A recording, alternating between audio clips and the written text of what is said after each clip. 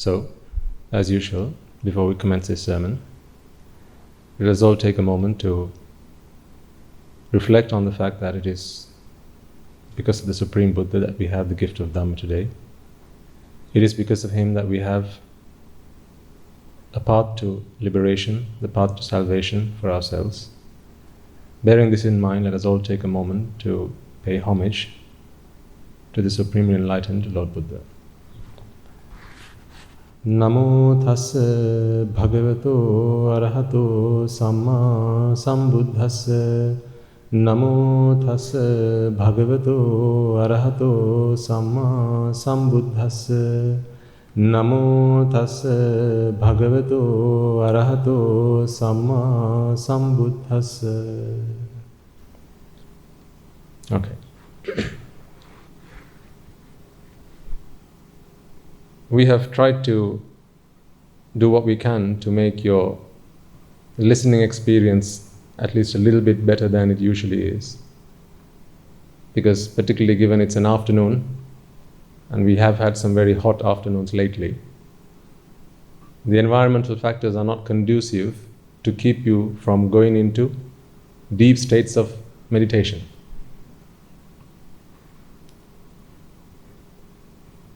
The moment you sit down, you try to go into very deep states of jhana, states that I have never managed to achieve yet in my life. Remarkable. I'm only admiring you, come on. So what we've tried to do is, because you're coming here to listen to the Dhamma, not necessarily go into meditation, we'll arrange a separate day for that. So we want to try and make your stay here as comfortable as we can. And so whatever you see around here is really not something that I brought with me. None of this is mine. None of this is something that I earned, because I don't make a living anymore. These are things that generous people among yourselves have donated to the Sambuddha Shasana. Not to me, not to this monastery, but to the Sambuddha Shasana. This all belongs to the Sambuddha Shasana, the Buddhist ministry. So whatever you have donated, today you are making use of it, and hopefully the benefits of that will help you to listen to the Dhamma better, and hopefully try and not go into meditation through the course of the sermon. Because, I understand that we all have very busy lives, right? Through the course of a week, I remember the life that I used to lead, how there was so much that you had to get through in the course of 1 week. How many people you had to satisfy. All connections that you have in your life, someone expects something from you, don't they? Everyone who's connected to you, do they not expect something from you? So there are lots of boxes that you have to tick just to keep going, just so you can stay out of trouble. So when you have to lead your life ticking all these boxes for other people, it can't be easy. Because ticking one box for person A means you're unticking the box for person B. So now it's a balancing act. You're all jugglers. That's what happens. It's like a circus. You have to juggle all these things. So doing that is no easy task, it's no easy feat. And therefore, you seek some kind of recluse in the Dhamma, and you come along and listen to sermons, but as you listen to the sermons, these fires of raga, dvesha, moha, they start to disappear. And then what might happen then is, as you're relaxing, then sleep starts to seep in. But it's such a shame, it's such a pity, because this is the time where you have to stay awake. This is the only key that's going to unlock this riddle of samsara. It's a riddle. It truly is. Any of you watched Maze Runner? It's a movie called The Maze Runner. I haven't had an opportunity to watch it, but those who have tell me that it's kind of like a riddle. So there's a maze in which people are stuck, and they're unable to get out of it because they don't know how they got in there, and they don't know how to get out of it. Until one guy, he takes off one day and decides enough is enough. Someone has to make an effort to get out of here. And then they start making an effort, this guy. Eventually he finds a way out, and he encourages other people in the maze to come with him, but that's not what they're interested. They just want to make a comfortable stay wherever they are, not necessarily wanting to get out. Because people don't know any different. So, according to the story, I'm informed that very few people actually make their way out, but a lot of them just stay within the maze with no interest of getting out, and then ultimately they end facing tremendous torture and pain and ultimately regretting their choice. So this is what we all have to face. There's a choice that we all have to make. There's a choice we have to make every day.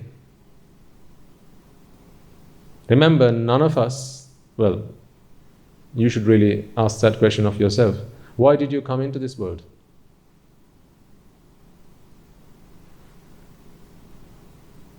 So this is a rhetoric question. Ask yourselves, why did you come into this world? What is your purpose of being here? Who invited you to be here? Now you're here. Are you here just because? Are you living just because you were born? Or is there a greater purpose to life? It's not good enough to say, I'm here because my parents decided I had to come into this world. Animals are like that. They have no choice. Once they've been brought into this world, they just go by instinct. Whatever instinct dictates. So wake up, eat, sleep, reproduce, and then start of another day and go through the motions, the same cycle every day. And that's just instinct that's driving them. But we humans, we just can't follow instinct like that. There has to be a greater purpose. Because we can all think. We can make choices, intelligent choices, we can act. Because we can choose the consequences that we are prepared to accept. We can choose. But for that, we need to understand what the consequences might be of our actions. And for that, we have the power of intelligent thought. Isn't this how you decide what you're going to do every day? What might the consequences be of my actions? Isn't that how you choose what you decide to do? Between anything. How do you choose to decide where you go on holiday? How do you choose to decide which side of bed you get out of? How do you choose to decide what you're going to have for breakfast, lunch or dinner? You have to have some deciding factor. It can't just be instinct. There's something that helps you determine that. And if you're wise, you're going to go by what the consequences are of your choices.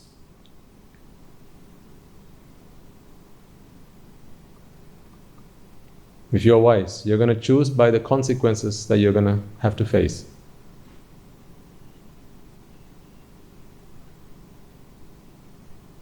And if you're not knowledgeable about what these consequences are, then you're just going to take a blank shot. You're just going to go about feeling in the darkness. Excuse me. And that's quite dangerous. If you're just going to go about walking in the darkness, just trying to feel about where you are, and that's how you're going to make your choices, that's pretty dangerous. This is why you need a philosophy for life. When you have a philosophy for life, now you know with every breath you take, with every moment that passes by, how do you make the right choice? See, isn't that what we use philosophy or religion for? To make the right choices? Isn't that what we use science for? Logical reasoning and things like that? To help us make the right choices? Because ultimately, what is life except for a series of choices? And the consequences of those choices. Karma and vipaka. Isn't that what life is? The choices you make and the consequences of those choices. Right? That is what life is. So it's better to be knowledgeable about what the consequences are of the choices you make so you can make the right choices. Now, if you remember from last week, we talked about ego. Do you remember? And we talked about how it's easy to talk back when someone points out something that's wrong with us, or someone says something that they think is something that we need to work on. It's quite easy to talk back, to say two things in the face of one, always retaliate. But how? That is kind of digging your own grave. And you were given some homework. Do you remember what the homework was? Do you remember the homework, dude? Oh, you weren't here last week. Okay.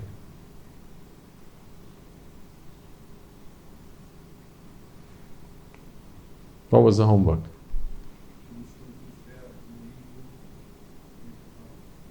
Instances where?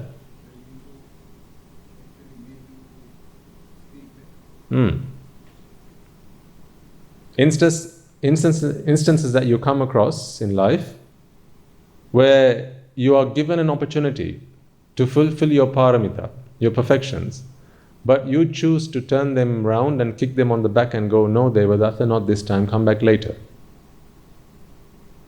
Because we talked about how we wouldn't have a Buddha today if there was no Devadatta. How so? Again, it's choices and the consequences of those choices. In the presence of the Devadatta, the Buddha had choices to make, or the Bodhisattva had choices to make. Am I going to be patient, or am I going to fight back? He had a choice to make. When you're an Arahant, you don't have a choice to make. Then there really is no choice. Someone comes and shouts at you. It's not a choice for an Arahant whether I shout back or I just be patient. But for us, everything in life is a choice. Because there are two sides to how our brain works, or how our mind works more than our brains. We can act with raga, dvesha, moha and make the wrong choices. Or we can be vita ragi, vita dosi, vita mohi. Act with wisdom and make the right choices. Every day, every moment that passes by in life, you're faced with these opportunities to make a choice. Whatever choice you make, you have to be prepared to accept the consequences. So Devadattas walk into our life every day, every moment.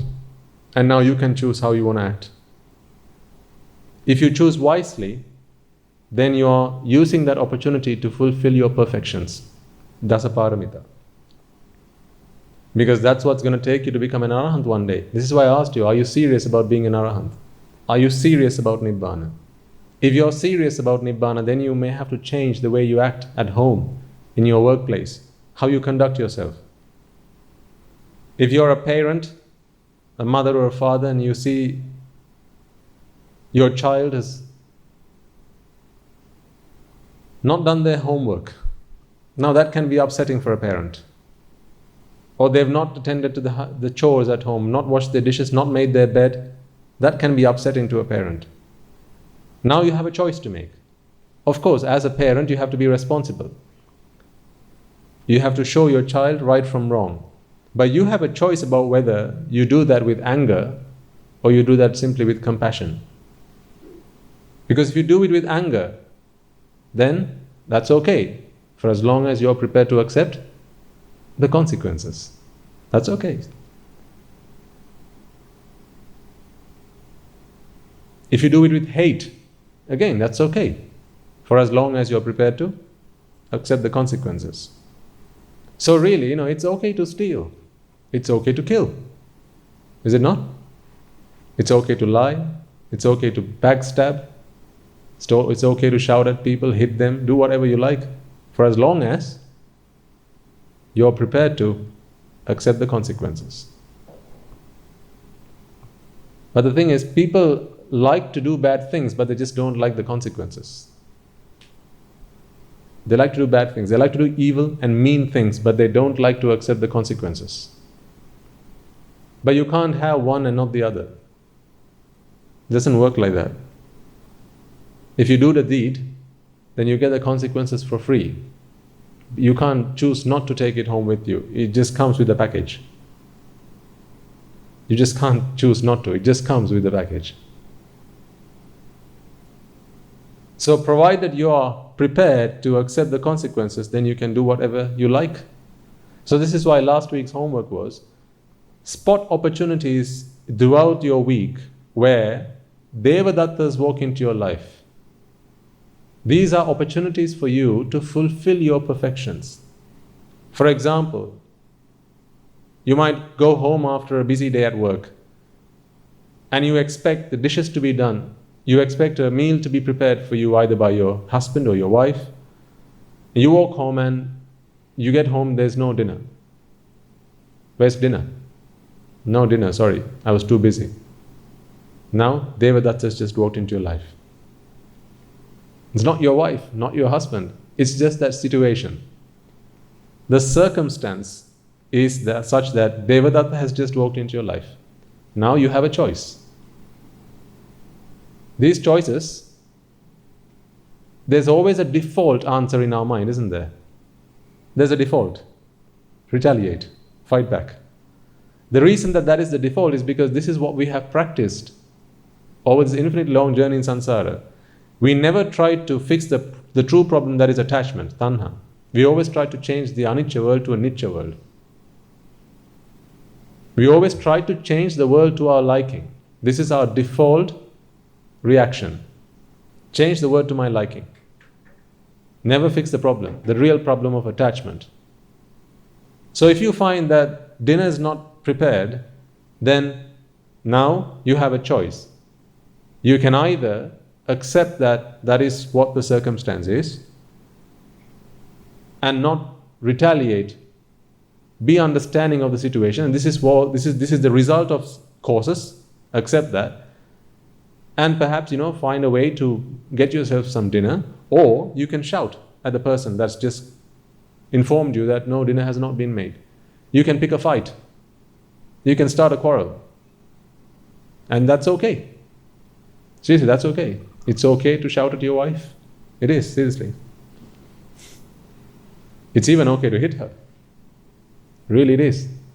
For as long as you're prepared to accept the consequences. Because you can't pick one and not the other. That comes as a package. If you're not prepared to accept the consequences, then you had better be careful about which choice you make. But as you begin to understand the Dhamma, the reason that you don't retaliate is really not because you are afraid of the consequences. This is what you do before you understand the Dhamma. Now you have to restrain yourself. It's, to give an example, take an arahant, as I said earlier. Someone comes and shouts at an arahant. He doesn't have to restrain himself. There is nothing that he or she has to do to not shout back. It just doesn't, there's no reaction that comes from that person. Because the default answer is no longer retaliate. That default has now changed. And the reason that they don't retaliate or don't shout back is not because, well, if I shout back, then I have to suffer the consequences and I'm not happy with that. No, that's not the reason.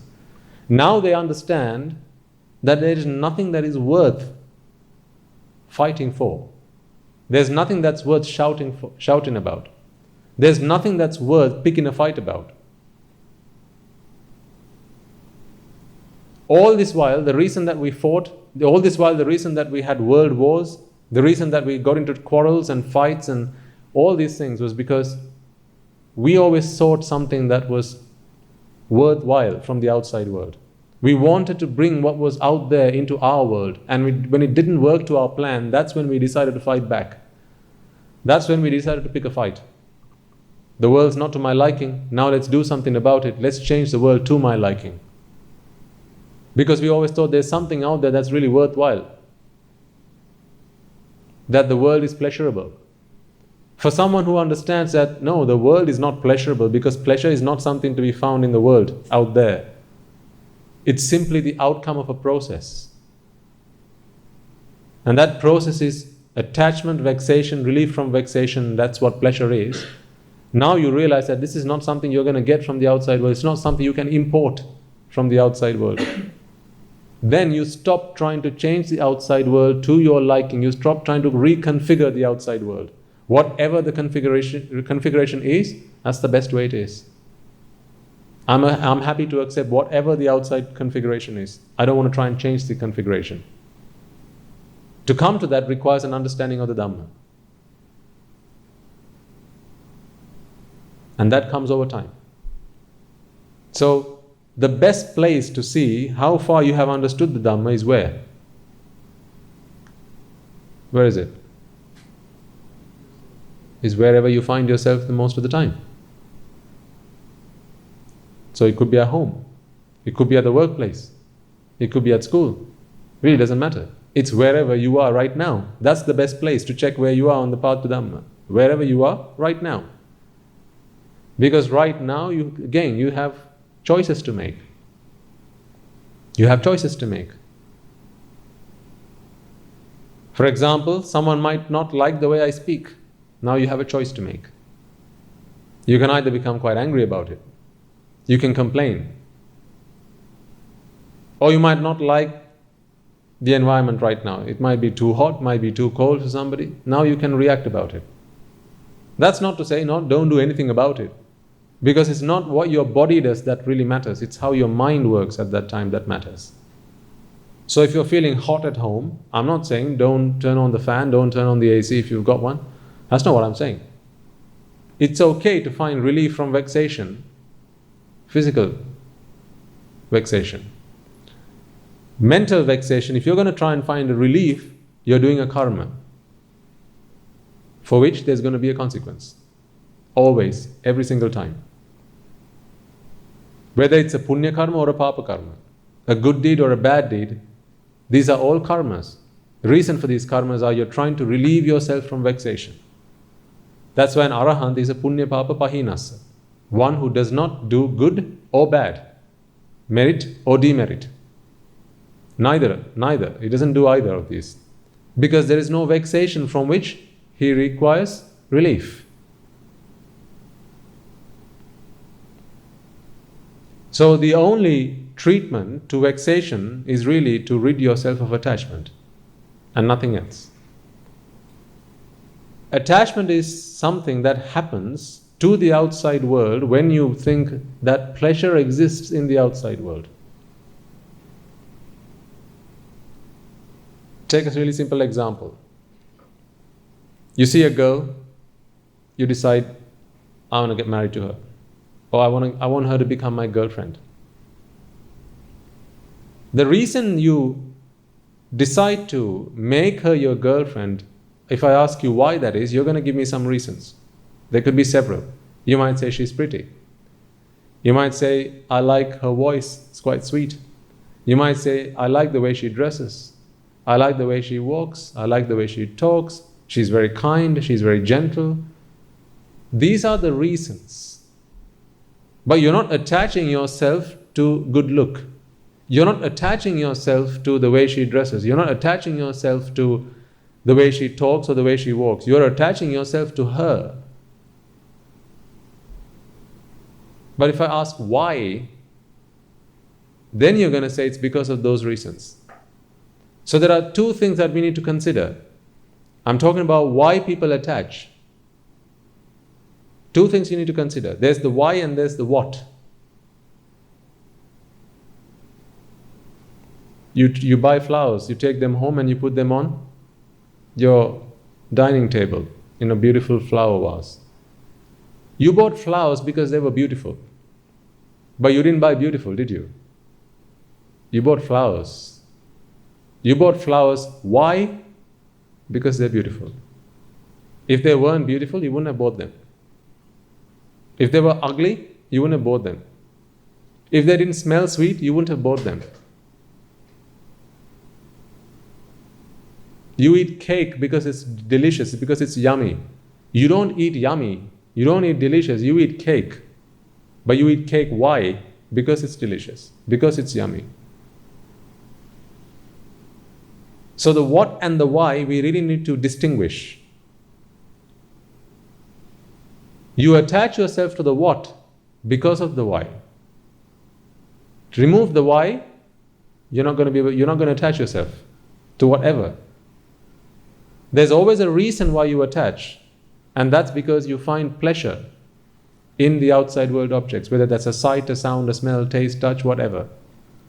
This is the reason you attach yourself to the outside world, and the outside world again is sight, sound, smell, taste, touch. But the why is because of pleasure, because you find them pleasurable.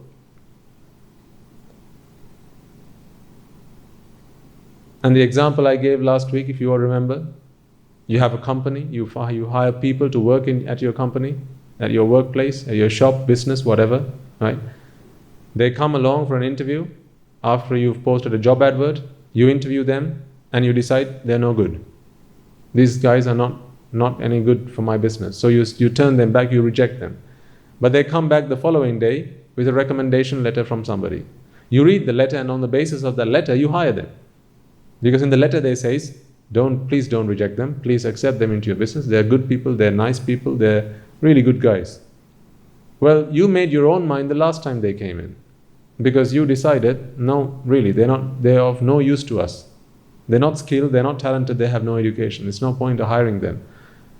But now they've come back with the letter, you read the letter, in the letter it says, no, actually they're good. So what you're doing is, you're going against your better judgment.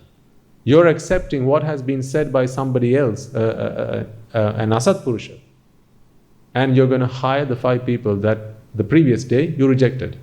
They haven't changed one bit. Over one night, nothing's going to happen. It's the same people that they're coming back, and you hire them. The same goes for how we conduct ourselves and attach ourselves to outside world objects. Sight, sound, smell, taste, touch. You would never attach yourself to them if you didn't find them beautiful, yummy, sweet smelling, tasty, right? These are the words that you use to describe pleasure, are they not? Beautiful is a word that is used to describe pleasure. Tasty is a word that is used to describe pleasure. Sweet smelling is a word that is used to describe pleasure. These are all adjectives that describe pleasure in some way or shape or form. For as long as you're able to tell that something is beautiful, you're going to attach yourself to whatever it is that is beautiful. So it's not beauty that you bring into your world. It's the beast that you bring into your world. That's the problem. You bring the beast because of the beauty. So what happens when you bring beast into your world? Now you're going to have to suffer because you brought a beast, but because of beauty. So beauty and the beast. This is your life story. You fell for the beauty, so you allowed the beast to come into your home. Remember these things, Rupa, Vedana, Sanya, Sankara, Vijnana, Rupa, Shabda, Gandha, Rasa, Sparsha, whichever way you look at them, arise and pass away. That is their nature. That's their very nature. You can't stop that from happening. Because they're all conditional. For as long as there are conditions that keep them in that state, they're going to stay in that state. And when the the causes cease to exist, then you will no longer have the effect. You can't stop that. You can't change that. That is an intrinsic nature, quality of all Rupa, Vedana, Sanya, Sankara, Vijnana, as well as Rupa, Shabda, Gandha, Rasa, Sparsha. You can't stop that, you can't change that. You just have to accept that. But if they weren't beautiful, if they weren't yummy, if you didn't find them pleasurable, you would never allow them in. What instrument can you use to measure beauty? What instrument can you use to measure yummy?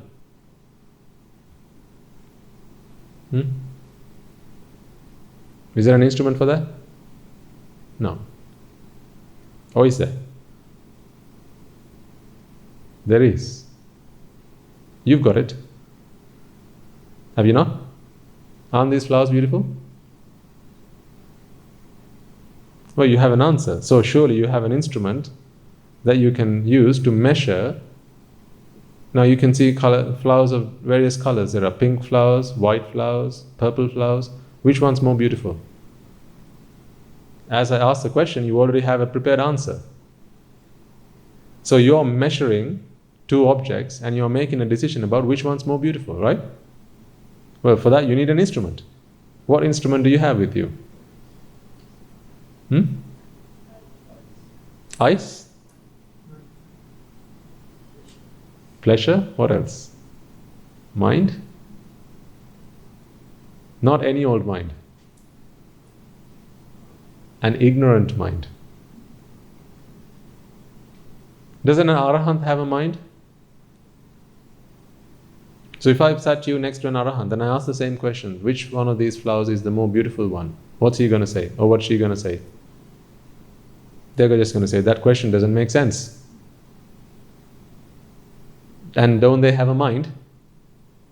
Of course they have a mind. But what they don't have is an ignorant mind. What you have is an ignorant mind. This is what we have, an ignorant mind. So the equipment, the apparatus that we use to measure beauty is simply an ignorant mind. There is no thermometer or weighing scale or measuring tape that can tell you how beautiful something is. Is there? No. There is not an instrument out there that can tell you how yummy or how delicious or how sweet smelling something is, how tasty something is. There is no instrument for that. The only thing that can tell you which one's more beautiful than the other is really an ignorant mind. So it's ignorance. If you remove the common factor in a mind, an ignorant mind, the common factor is mind. Remove mind, remove the common factor, now you're just left with ignorance. A mind can't tell you which one's more beautiful, but an ignorant mind can. Remove the common factor, which is mind, now you're left with ignorance. So ignorance is what tells us something's more beautiful than the other. Doesn't that say something? So when you find one beautiful than the other, and you know now that it's ignorance that's dictating that's ignorance that helped you make that choice, doesn't that tell you something? That surely that beauty cannot be there in the outside world. Tasty cannot be there in the outside world. Delicious and yummy cannot be there in the outside world. Why? Because it's ignorance that made that decision. If it's there in the outside world, then there has to be an equipment that can measure it. Like weight, that can be measured. Temperature, that can be measured. Height, that can be measured. Length, width, breadth, all these things can be measured. You can check how old something is by using carbon dating. That can be measured. Pressure can be measured, right? Fluidity can be measured. All these things can be measured. The angle of something can be measured. But can you measure beauty? There's no instrument for that. Why? How can you measure something that really doesn't exist? If something doesn't exist for real, how can you measure it? Okay, how tall or how large is the cat that's on my hand? How heavy is it? How heavy is the cat that I've got on my hand? How heavy is it? Big one? How heavy is the cat that's on my hand? How heavy is it? Why can you not give me an answer? Because there's no cat on my hand. There's nothing on my hand, therefore you can't give me an answer. So if it's not there, you can't measure it, can you? You can't measure something that's not there. You can't come up with an instrument to measure something that does not exist. How can you measure that? The speed of light can be measured, but you can't measure beauty. You can't measure yummy, delicious. None of these things can be measured, except for ignorance. Ignorance can measure that. And the truth of the matter is, different variants of ignorance come up with different answers. One says, this is beautiful. The other ignorant mind says, no, that is beautiful. Another ignorant mind says, no, neither of these are beautiful. The other one is beautiful. How come? How can that be? If you put the same object on a weighing scale, provided the weighing scales have been calibrated correctly, you're going to get the same result. But try measure beauty, you're going to get 3 answers. So something's wrong. What's wrong? Imagine, okay, let's say there's 3 weighing scales, right? You put an object on it and you get 3 different answers. Where do you think the fault is? Is it with the object? Either all 3 are wrong, right? That could be possible. Or one's correct and the other 2 are wrong. So the fault is with the what? The weighing scale, not the object, right? That is the conclusion you would come to, yes or no? You measure the same object on 3 weighing scales and they come up with 3 different answers. 3 values, you're going to come to one of 2 conclusions. Either all 3 are wrong, or one is right and the other 2 are wrong. Yes? Yes. So I ask you, which of these flowers are beautiful? 3 people give me 3 answers. Where's the fault? Is it with the flower? Or is it with the instrument that we are using to measure it? Where's the instrument? It's in the mind. Ignorance. See, all these examples, you should help you understand that really there's a serious problem that we all have. Do you not see the risk with this? No, you have an instrument that you use on a daily basis, which is always giving you the wrong answers. You're walking around, going all over the world with an instrument to measure everything out there, and you're measuring things that really don't exist in the outside world, and 2, it's not being calibrated correctly. Do you not see the risk with that? It's like wearing glasses, and there's something wrong with your lenses. You see things that are really out there are further away than they appear. Or they are closer than they are really out there. Imagine if your glasses were like that. What you're seeing is not true, because the real object is either further away than you see it is, than you perceive it to be, or it's closer than you perceive it to be. Do you not see a risk with that? You try and cross the road. Now the car that's approaching you, through your glasses, you're seeing that it's much further away than you think it is. That's how you're seeing it. So what's going to happen now? You're going to make the wrong choice, aren't you? Again, isn't what is life all about? Choices and the consequences. So you have a choice as you approach the road. Do I cross or do I wait for the car to pass? Now you're looking through your glasses and you're seeing that the car is much further away than it really is. What choice are you going to make? Let's cross.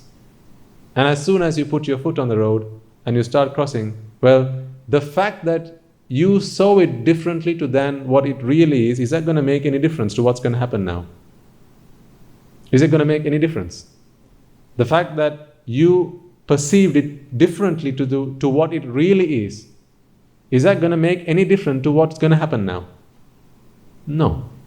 Because what's going to happen is going to happen, because what's going to happen is determined by what actually is out there, not how you perceived it. So whatever distance that car was is what's going to determine whether it's going to hit you as you cross the street. Now imagine you walk around with an instrument that is measuring things that really don't exist and is giving you the wrong readings all the time. And you make those choices based on those readings. Good heavens. Do you see the risk? You're walking around with an incorrectly calibrated instrument, and it's measuring something that doesn't even exist out there. Based on those readings, you're making choices about life. About life. Every moment you're making choices about life. And the problem is, you're going to have to suffer the consequences.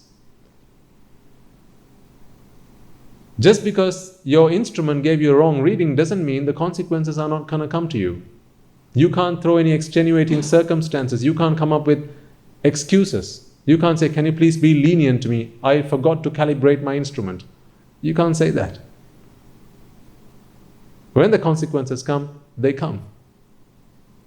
And you're walking around. All the things you do in your life, people you meet, things you do, just living.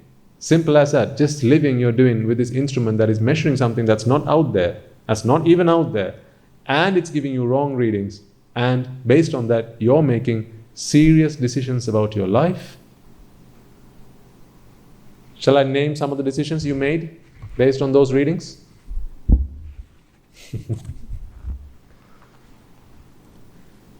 Shall I dare make some? Remind you of some of those decisions? You made based on readings you got from an instrument that measured something that really wasn't even out there, and it was wrongly calibrated. Marriage. Yes or no? How did you decide who you're going to get married to? What did you measure? Their weight?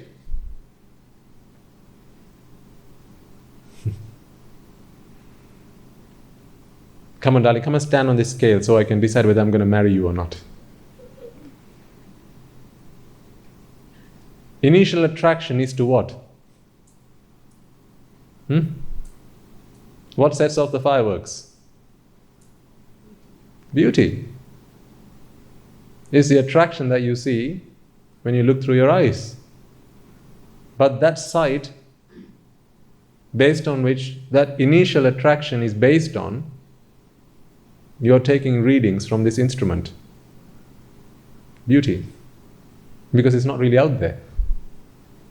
And then after beauty, what comes next? Now you want to know what she sounds like, what his voice is like. So you got closer, you start to have a conversation, and now you hear his or her voice. Again, what are you using to make this choice? This instrument of ignorance, which is not even measuring what's even something that's out there. Are you measuring the frequency? Is that what you're measuring? Okay, darling, speak so I can measure the frequency of your voice, so I can decide if you're a good choice for me. Okay, that's 22,365 hertz. You're 2 hertz out. No, not my type. Because that you could measure with an instrument. But no, that's not what you used to measure. That's not what you went by. She's got a beautiful voice. She's got a sweet voice. What did you use to measure that? Ignorance. Do you not realize you're making a seriously fundamental choice about your life? A pretty serious choice about your life, and you're using an instrument that is completely flawed to make this choice. So that marriage is one. Then what else? So how do you measure kindness? How do you determine if someone's kind? If that person's nice to you. If you ask a person who you feel is not kind, are you kind? What are they going to say? Yeah. Because what's kind to me is not what's kind to somebody else. Because it's subjective. So again, we are using an instrument that makes a subjective choice. So really then we are not measuring something that's out there. We are measuring what we perceive from our point of view. We have a reference point. Based on that we decide whether they're kind or unkind, whether they're generous or not. Right? So think about this for a moment.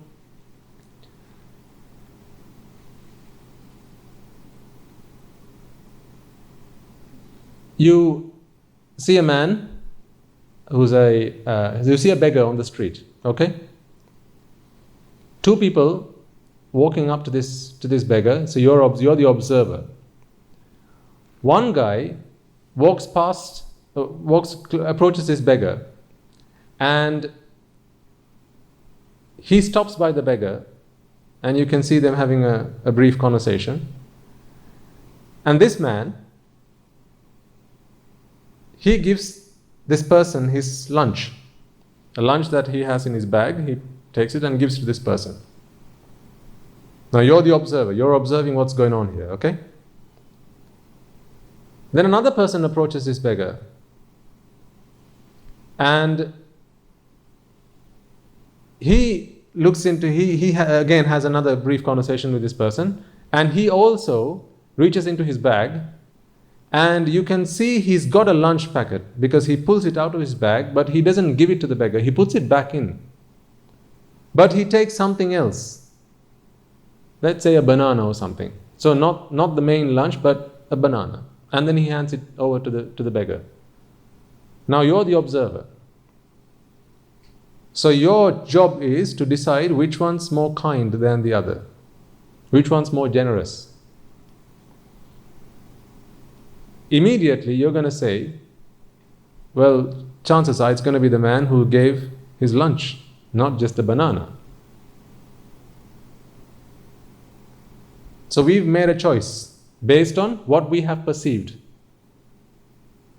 But the truth of the matter is, this man, the reason he gave the banana was because yesterday he walked past another poor person, another beggar, and he had a family, husband, wife, and 3 children, who he promised, I'm going to bring you a lunch packet tomorrow so you don't have to be hungry. This time he only met this one person. But later on he's going to meet a whole family that he had promised to bring a packet of lunch. So this is why he saved his lunch and gave a banana to this man so that he could give this lunch packet to the other person. Now we are the observer, and it's down to us to make a choice. And we decide, no, this first man, he was the more kind person. He was more generous. See, he gave his entire lunch, but the other guy, he only offered his banana. We've made a subjective decision, not knowing all the facts. We've made a subjective choice. Because compared to us, this is what is true. So every time we make a choice, we are making a choice based on what is true to us. An ignorant mind. Again, ignorance is not knowing all the facts. That's what ignorance is. Right? Not knowing. Because if you knew all the facts, then would you think that there's pleasure in the outside world? No, that's simply what ignorance is. Not knowing that pleasure is not in the outside world. So again, ignorance in this example as well. Ignorant as to why this person only gave the lunch packet and why the other person only gave a banana. Ignorance, again, simple. Had you known all the facts, you would have probably said, actually no, it was the second guy, because he's going to be making a much bigger offering later down the line. And as the lady rightly pointed out, what's kind to me is not what's kind to the other person. That is the problem. Because if kind is something that can be actually measured, then there has to be an instrument that can measure kindness. People would have invented it by now, oh yes. But you can't measure it. Because it's subjective. It can't be measured. So all these attributes that can't be measured, they're subjective. And what happens is, subjective to what we see is good and bad, what we see is right and wrong, then we take their side. We split the world in halves. The good half and the bad half. Whenever we have decided this is what generous is, now those people who are as generous as we think they ought to be, they're good people. Those people who are not so generous, they're bad people. You know, there are lots of times where people come into a monastery, right? And into the donation, they make a donation. Sometimes it's a few rupees, maybe 10 rupees, 20 rupees. An observer might think, why is that man so stingy? Why is he only donating 20 rupees? Why can't he not make a bigger donation than that? That's what he's supposed to do, right? If you go to a temple, make a good big donation. We are the observer. Because to us, 20 rupees is not a lot of money. So you think that's not a big donation? That's not very generous. But to him, that's all the money he has. That's perhaps a week's saving for that man. So he's given everything that he has as he came in. Again, we've made a choice based on ignorance. This is why when we have an ignorant mind, it's very dangerous to be making choices.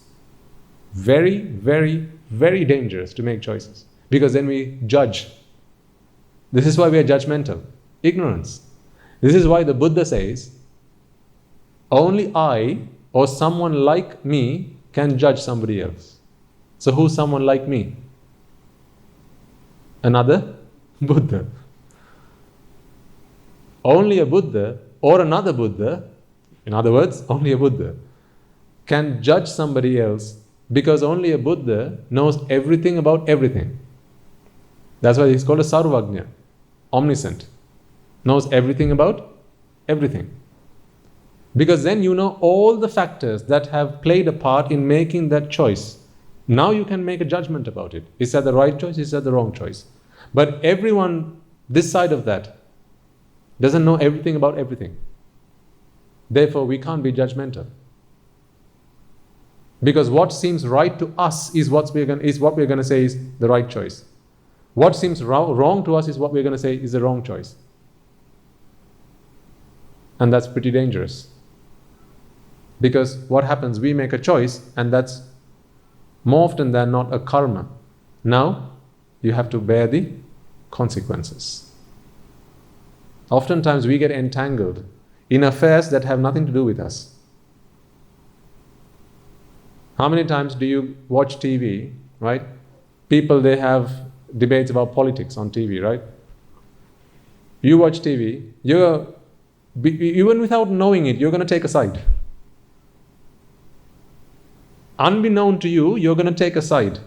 And then you're going to talk in favor of the person that you like, the party that you like. And whatever the other party says, whatever the other guy says, you're going to just keep throwing rebuttals back at them. You're just going to keep throwing statements that are going to say, no, this guy's silly. What's he saying? Well, he doesn't even know what he's talking about. Because you've now taken a side. You've taken a side based on your views, your perspective. That's pretty dangerous. Who's to say that you've made the right choice? Because you don't know everything about everything, and that's a wrong choice to make. It's a very dangerous choice to make. So this is why you have to be very careful about making judgments about anybody. Try and not make judgments about people. Some occasions you can't, some situations you can't avoid that. Like at the workplace. If you have a way in which your employees have to conduct themselves, and they don't conduct themselves in those ways and means, then you have to make a choice. Do I keep this person employed, or do I give them the sack? Right? But I'm talking about Nibbana. I'm talking about what we need to do to prepare ourselves to get to Nibbana. The Buddha speaks of meritorious deeds and unmeritorious deeds. The 10 unmeritorious deeds, there are no ifs and buts about them. What's wrong is wrong. Killing is wrong, full stop. So last week we have this monthly conversation with some young children in Canada. So we do a sermon to them. And someone asked me about abortions and whether that's right or wrong, depending on the circumstances. What's wrong is wrong. There are no ifs, no buts. Taking away someone's life is wrong, full stop. It doesn't matter what the circumstances are. Because remember, the Buddha doesn't come into this world to give his opinion on things. He doesn't come into this world to give his opinion about things. He comes into this world to show us the universal truth. Whether you like to accept it or not, that's just a universal truth. So killing is wrong, no matter what the circumstances are. Stealing is wrong, no matter what the circumstances are. But you ask a robber, was it right for you to steal that? Of course. Look at my family. They have nothing to eat. They haven't eaten in months. But this man that I stole from, he has a lot of money. So surely there's nothing wrong with that. Now they can justify themselves. But it doesn't matter who you've stolen from. It doesn't matter what purpose you have stolen for. If you've stolen, that's wrong. You have just committed an unmeritorious deed. Was it not ignorance that you used to make that choice? Again, see, using ignorance to make choices, it's okay, provided you are happy to accept the consequences. Always make choices if you are prepared to accept the consequences. And if you don't know what the consequences are, then be very careful, because you're ignorant. That is very, very, very dangerous. So do what you need to do to come out of ignorance as soon as possible. I don't know if you're getting the serious nature of the point that I'm trying to get across to you. This is a very serious point that I'm trying to get across to you. We are all ignorant, more or less. Through ignorance, we make choices on a daily basis. Every moment we make a choice. Because of ignorance, we don't know what the consequences are of our choices.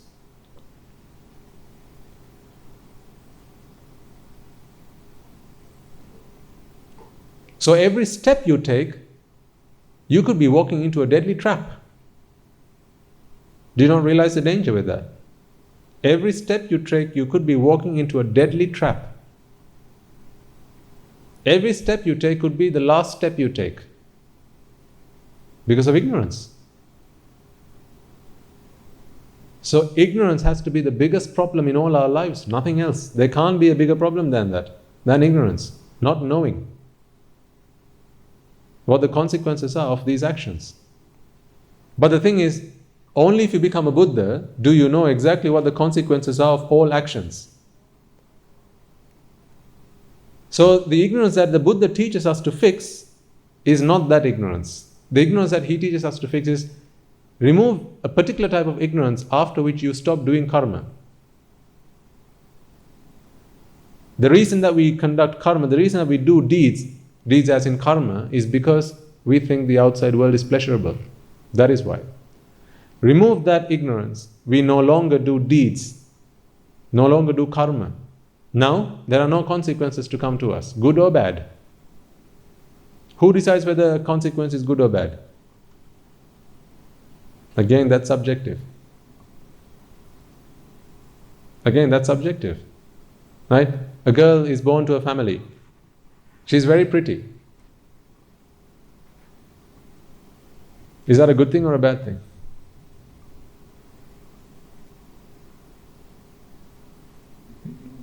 Yes. Not just the country, depending on your environment, depending on who your next door neighbor is. Next door neighbor is a pedophile. No?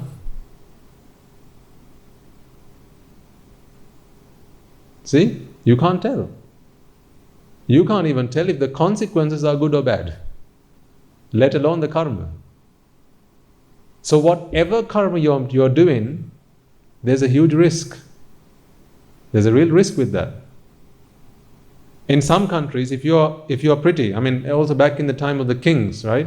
if you are born beautiful, conventional beautiful, because ultimately there's nothing called beautiful, conventionally, if you are considered to be a beautiful person, a beautiful woman, what happens is you end up as one of the king's courtesans.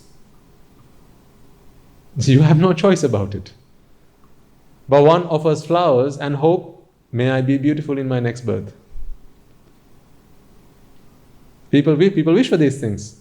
May I be beautiful in my next birth. This is why I'm offering these flowers to the Buddha. You wished for beauty. You got it now. Now, beasts are coming to get you. Because for as long as you have something that people out there in the world are looking for, you're in a Pandora's box. You're just attracting trouble. So really, whether you're rich or poor, whether you're beautiful or not, whether you're educated or not, none of these things can really determine whether you can lead a peaceful life. The only time you can lead a peaceful life is how much Dhamma you understand, how much Dhamma you comprehend, your Margapala. That's all. Otherwise, you're just subject to whatever the world throws at you.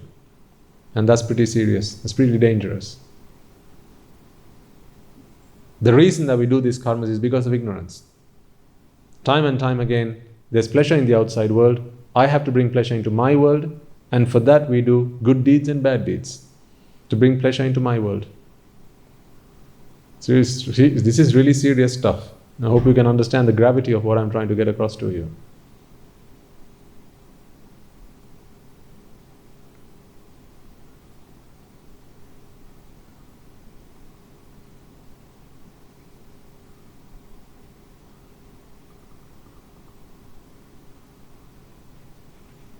Can you? It ought to be.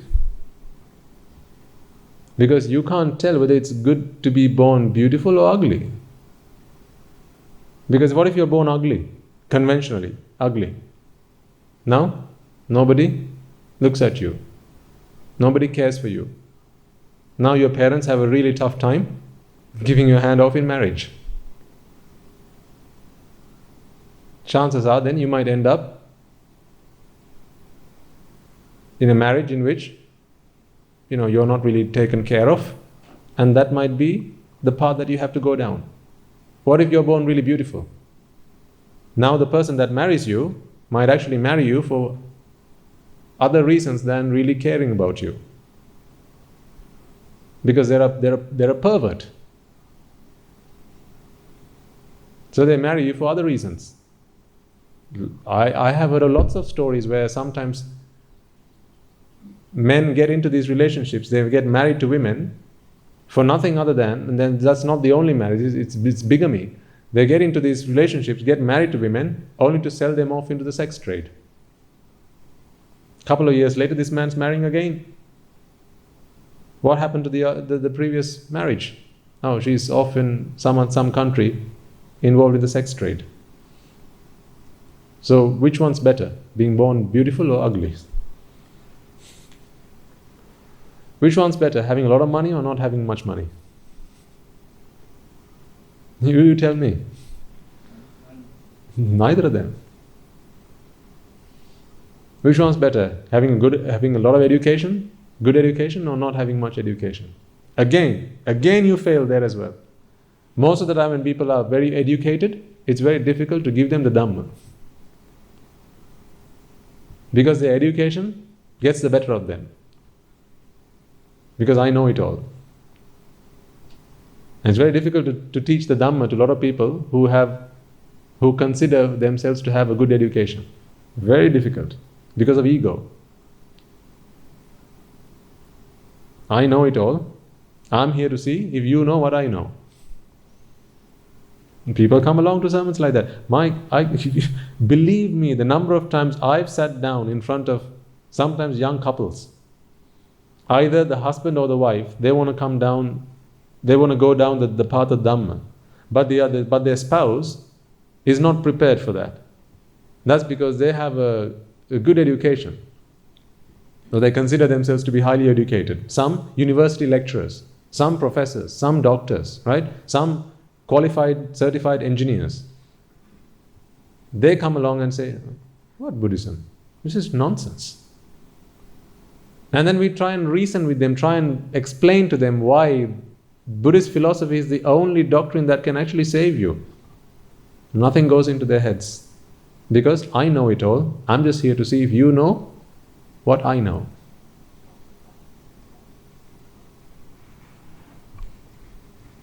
So is it good to have a good education? Or is it good not to have that much of an education? If you want to live in this world and try and live happily, then what's the answer? Still you don't know. You don't know, you can't tell. Is it good to be a powerful man with lots of connections? Or is it good to be a man that no one really knows about? Who are some powerful people out there? Politicians? Do you think they have peace of mind as they walk about? Do you think they can go for a walk like you and I can do? Just go for a walk in the park? Take their dog for a walk?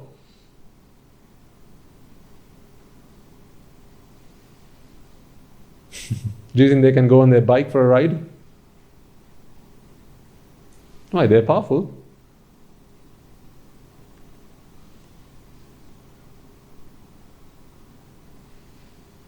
So which one's better? You can't tell that. Because you don't know what consequences you're attracting. You can't say that. This is why there is no way out of this. Neither side is the better side. Left or right, they're both wrong. Up or down, both wrong. Because you don't know what trouble you're attracting to yourselves. This is why the only good place to be is a place that's not in this world. That is why we have to get out of this place. Because everyone has enemies and everyone has friends. Do you not all have enemies and friends? Who here only has friends and no enemies? You might think, I don't have enemies. That's what you think. Ask your enemy. Everybody has friends and enemies. Okay, think about us as Swami says. Don't you think we have friends and enemies? Again, I might not have an enemy, but there are people out there who consider me their enemy. Right? So was it better for me to have stayed a layperson or become ordained? More people hate me now than people used to hate me as a layperson.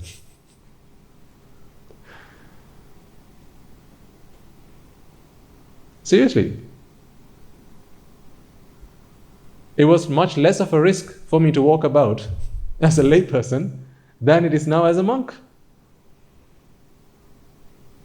So which one's better? Being a layperson or living a life as an ordained person? Which one's better? The answer is neither. Existence in any way, shape or form is just a hornet's nest. You're just attracting trouble to you. Because there'll be people in this world who like you in that way, and there'll be others who don't like you. Whatever state you are in, there are people who like you in that state, and then there are others who don't like you in that state. Because people don't like states. Not United States, just states. They don't like states. This is why they do abhisankara, to change the state. Remember, people consider that the problem is where? With them or the outside world. So compared to you all, what am I? Part of your outside world, right? So for as long as you believe that your happiness is outside of you, then I am partly a component of your happiness. So if you consider your happiness to be in the outside world, then what will you try to do? Change yourself or change me? You'll try to change me. So you'll say, Swami hasn't shaved today. It's not nice. Look at the way he's wearing his robe. Not nice. Because it's not fitting. Your configuration, the configuration that you like, it doesn't fit. Swami shouldn't speak like that. It's not nice. I don't like that. Change. Change, change. Always change. Guru Swami said a really, really interesting point yesterday in the sermon, if any of you came along to listen. He said, whatever problem you try to solve, the solution to whatever problem is another problem. The solution to every problem is another problem. He gave a really interesting example. He said, people who, young people, as they grow up, and then it becomes, you find it lonely to live by yourself. I need someone to talk to, need someone to have a chat with. It's lonely living by myself. Then you decide, I should probably get married. So you're finding a solution to your problem, the problem of loneliness. You can fill in the rest. So then you go and get married. You have just found a solution to your original problem. Yeah, absolutely. You have just brought along another problem. And chances are, it's a bigger problem than the original problem that you tried to solve. Oftentimes in life, this is what we do. To fix one problem, you invite another problem into your life as the solution to the original problem. So what must we do then? We live life trying to find solutions to problems. Isn't that if we were to summarize our life, isn't that what we've been trying to do? Trying to find solutions to problems? Education, what was that for? A solution to a problem, right? How do we live when our parents are no longer there to look after us? How do we live? So we need an education. We need to earn ourselves a living wage. Then build ourselves a house. Why? Problem. Solution? Build a house. Buy a house. Get some kind of shelter. Again, wasn't that another problem? Now you have a home. Isn't that a problem? Who's going to have to look after your house? Me? No, you. Who has to remove all the cobwebs, sweep the house, fix the broken taps, fix leaking pipes, change the carpets every few years, fix the leaking roof tiles? Right? Who's got to do all this? You wanted to fix one problem, so you went and found a solution. What have you just brought along to yourself? Another problem. So what must we do then? What we must do is, while we go along fixing problems by finding solutions, let's not make that the purpose of our lives. The purpose of our lives must be to find the cause for the problem and treat the cause of the problem. If you treat the cause for the problem, then the problem goes away. Not keep the problem and find a solution. We feel hunger, right? So what's the solution for hunger? Eat. Now you just found yourself a solution. But after you've eaten, now what happens? Another problem, right? Another problem. Cholesterol, diabetes, right? High blood pressure, too much sugar, too much salt, problems. But what if you did something to fix the problem?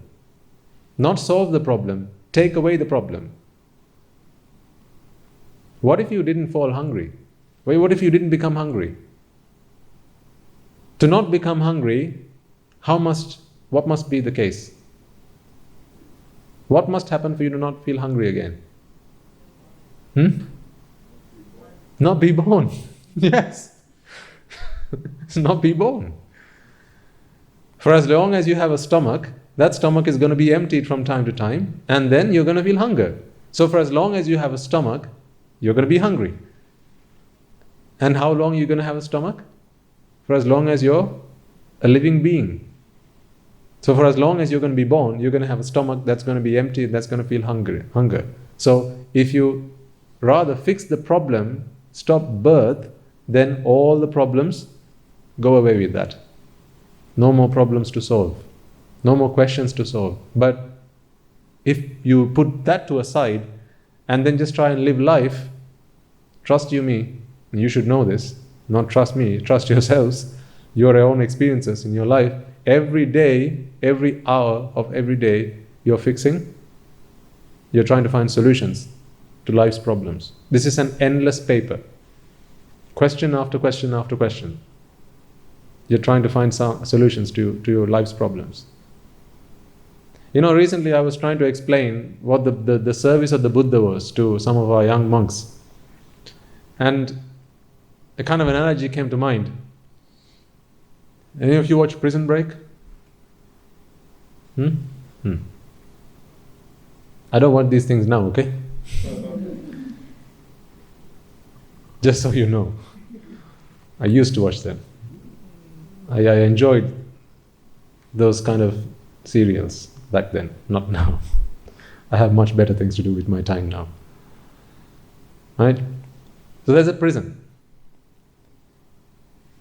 I was trying to explain to them the difference between, and I don't know I'll give you the Sinhala terms. One is anatha, the other is asarana. They mean two different things. So I think anatha is, the word I want to use is destitute. Let's use that, okay? Destitute. Destitute means hopeless. Hopeless. Asarana is helpless. Would that do? Okay. So hopeless and helpless. Okay? I was trying to explain to them the difference between these two terms and why we say kamaloka anathai and not kamaloka asaranai. There's a reason for that. When we do the Arya Maitreya, we say kamaloka anathai eing midetva, not kamaloka asaranai eing midetva. There's a difference, there's a reason. And why we say buddhang saranang gacchami. We don't say buddhang natang saranam gacchami. We say buddhang saranang gacchami. So there's a difference between these two terms. And I was trying to explain the difference between these two terms. So for that I use the analogy of the prison. Imagine there's a prison and two people, a man and a woman, for whatever reason they are imprisoned. Okay? They've been now put into prison, and so they have been sentenced to prison, and now they have to live in this prison for a period of time. Let's say they've been in prison for life. These people, they know that there's a world outside. Do they not? Because they were imprisoned while they were living in the outside world. So they know that there's a world outside. So every day that they spend in prison, what are they hoping for? What are they hopeful of? Getting out of prison. Yes, they have been in prison for life, but that doesn't take away their hope, does it? No matter what, every day they try to find a way to get out of prison. Now imagine these two people, this man and woman, they make a child. They bring a child into this world. So this child is born in the prison. This child grows up in prison. Does this child know anything about the world outside prison? No. They don't know anything about a world outside of the four walls. All they know is, this is my world. This is all there is. So this child, do you think he or she has any interest in trying to get out of prison? No. Why? Because they're ignorant. They know nothing about a world outside these four walls, because this is all my world is. Whereas the parents, they know about an outside world. The child does not know anything about an outside world. The parents, they try every day to try and find some help to get out of prison. Whereas the child, all the child wants to do is try and live happily within these four walls. For example, if he's only given 2 meals a day, he might go and ask for 3 meals a day. If you only get rice and 2 curries, he might say, can we have a 3rd curry, please? Because he just wants to live happily in the prison. He knows nothing about a world outside the prison. He might ask for a more comfortable bed. He might ask for more playtime. He might ask for screen time, TV, to watch TV, right? So all these things he asks so that he can live happily within these 4 walls. Whereas the parents, that's not what they're interested in. They couldn't care less. Their main concern is what? How do we get out of prison? This is the difference between asarana and anatha. This is the difference between hopeless and helpless. The parents are helpless. They need help to get out of here. Right now they don't have any help, because they can't do this by themselves, but they know that there's a problem. They know that being stuck within these 4 walls is a problem, because I want to get out, but there's no one here to help me. Whereas the child is hopeless. The child has no hope of getting out. Why? Because they don't know about an outside world. They think, this is my world, let's just try and be happy while we are here.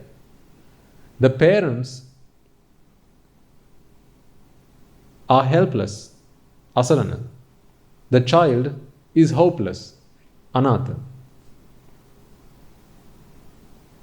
For the child to come to know that there is an outside world, this child absolutely needs somebody to come and tell them there is a world out there.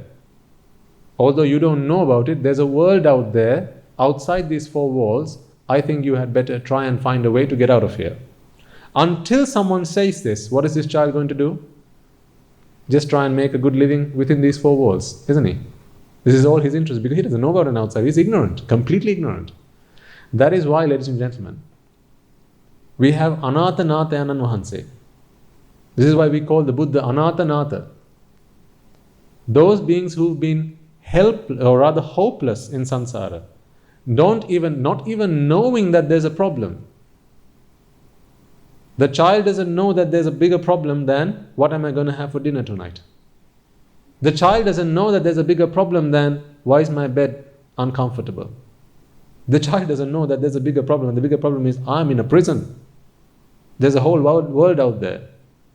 All sentient beings, you and I, we didn't know that there was a problem until the Buddha came into our life. Did we? Because all we were interested in was, how do we live a good life? How do we get through this rat race? Our problem was, how do I earn myself a living? How do I get myself a good education? How do I find myself a good wife? How do I find myself a good husband? How do I get myself a nice car? Right? Weren't these our problems in life? Isn't this what we spent 20, 30, 40, 50, 60 years of our lives trying to do? How do I make a good living? Until Anatha Natha Ananvahanse, the Buddha came into our life. And the Buddha coming into our life is the Dhamma coming into our life. What is the Buddha if not the Dhamma? Yo Dhammang Passati So Mam Passati, right? When the Buddha came into our life, we realized, hang on a second, this is not the problem. What we are going to have for dinner tonight is not the problem. How do I give my child a good education is not the problem. How do I buy my next car? How do I get myself a loan? How do I get myself another mortgage is not the problem. There's a much, much, much bigger problem at hand. And that problem is, I am in the prison of samsara. I need to get the hell out of here. But we didn't know that until the Buddha came into our life. So once you have gone beyond hopelessness, the next stop is helplessness. Now you know you have a problem. Now you need help. Remember when Angulimala came running to the Buddha with a sword in his hand. He used lots of abusive terms to the Buddha. Stop, you bold-headed monk. I'm going to chop off your fingers. Stop. This is how Angulimala shouted at the Buddha. At which point the Buddha preached the Dhamma to Angulimala. Something very, very, very short. As we know, it was Angulimala, it's not me who's running, you're running, so you had better stop, not me. At that point, Angulimala realized there's a bigger problem, because he is a hermit, or at least that's how we saw him. He is a hermit, he is a monk, who's trying to explain to me that there's a much bigger problem at hand. He says, I'm running, when actually he's the guy who's running. He says he has stopped, when actually he's moving. I've stopped. So there's a bigger problem here that I don't understand. I need help. Now he realizes he needs help. This is when Angulimala gets on his knees. And now he listens to the Buddha again, giving a discourse. And finally he says, Buddha, I realize that I have a much bigger problem at hand. I want to get out of this samsara. Now, accept me as an upasaka in your ministry. Accept me as someone who seeks homage in the Buddha. Now he says, Buddhang saranang gacchami. Now he says, Dhammang saranang gacchami. Now he says, Sanghang saranang gacchami. Remember, he became a Sotapanna before he said Buddhang saranang gacchami. Not saying Buddhang saranang gacchami and then became a Sotapanna. No, he became a Sotapanna first. When you become a Sotapanna, that's when you know you need the Buddha's help to get out of here. That's when you know you are in the prison of samsara. Until you become a Sotapanna, you don't realize that there's a big problem here. Until you become a Sotapanna, you think life's biggest problem is, how do I make a living tomorrow? How can I earn more money? How can I get more return for my investments? How can I have another child? These are your biggest problems in life. So here's the best way to check if you are a Sotapanna. What's the biggest problem in your life? If when I tell you what is the biggest problem in your life, and genuinely, you can't fool yourself, because if there's one person you can't fool, who is that? Yourself.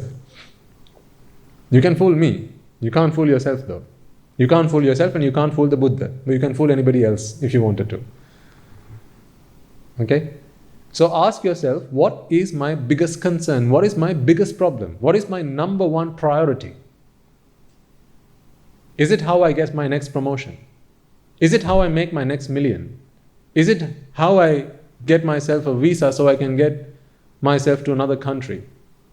How do I get myself a green card? Is that your biggest problem? How do I get myself employed? Is that your biggest problem? How do I get my mortgage? How do I repay my loans? Is that your biggest problem? If that is your biggest problem, chances are you're not a Sotapanna yet. If you are a Sotapanna, there is no doubt the biggest problem that you're going to have is the problem of being stuck in samsara. Because there is no bigger problem than that. There is no bigger problem than that, than this problem of being stuck in samsara. But to understand that, first you have to move one step away from being destitute, from being hopeless. Now you are hopeful, but you need help. Therefore you seek homage in the Buddha, Dhamma and the Sangha. As I mention this, something comes to mind, and I'll point it out at this point because it just flows with what we were talking about. You know, when you observe the precepts before we begin the sermons, right? Last week I reminded you when I was listening to see if you were saying it correctly, but I think it is useful for me to remind you. When you say Buddhang Saranang Gacchami, remember it's not Buddha, it's Buddhang. It's how you pronounce it. It matters. Buddha, not Buddha. Not Buddha. Who's Buddha? There's no one called the Buddha. It's Buddha. Because there's a meaning behind the word Buddha. It's not just a person.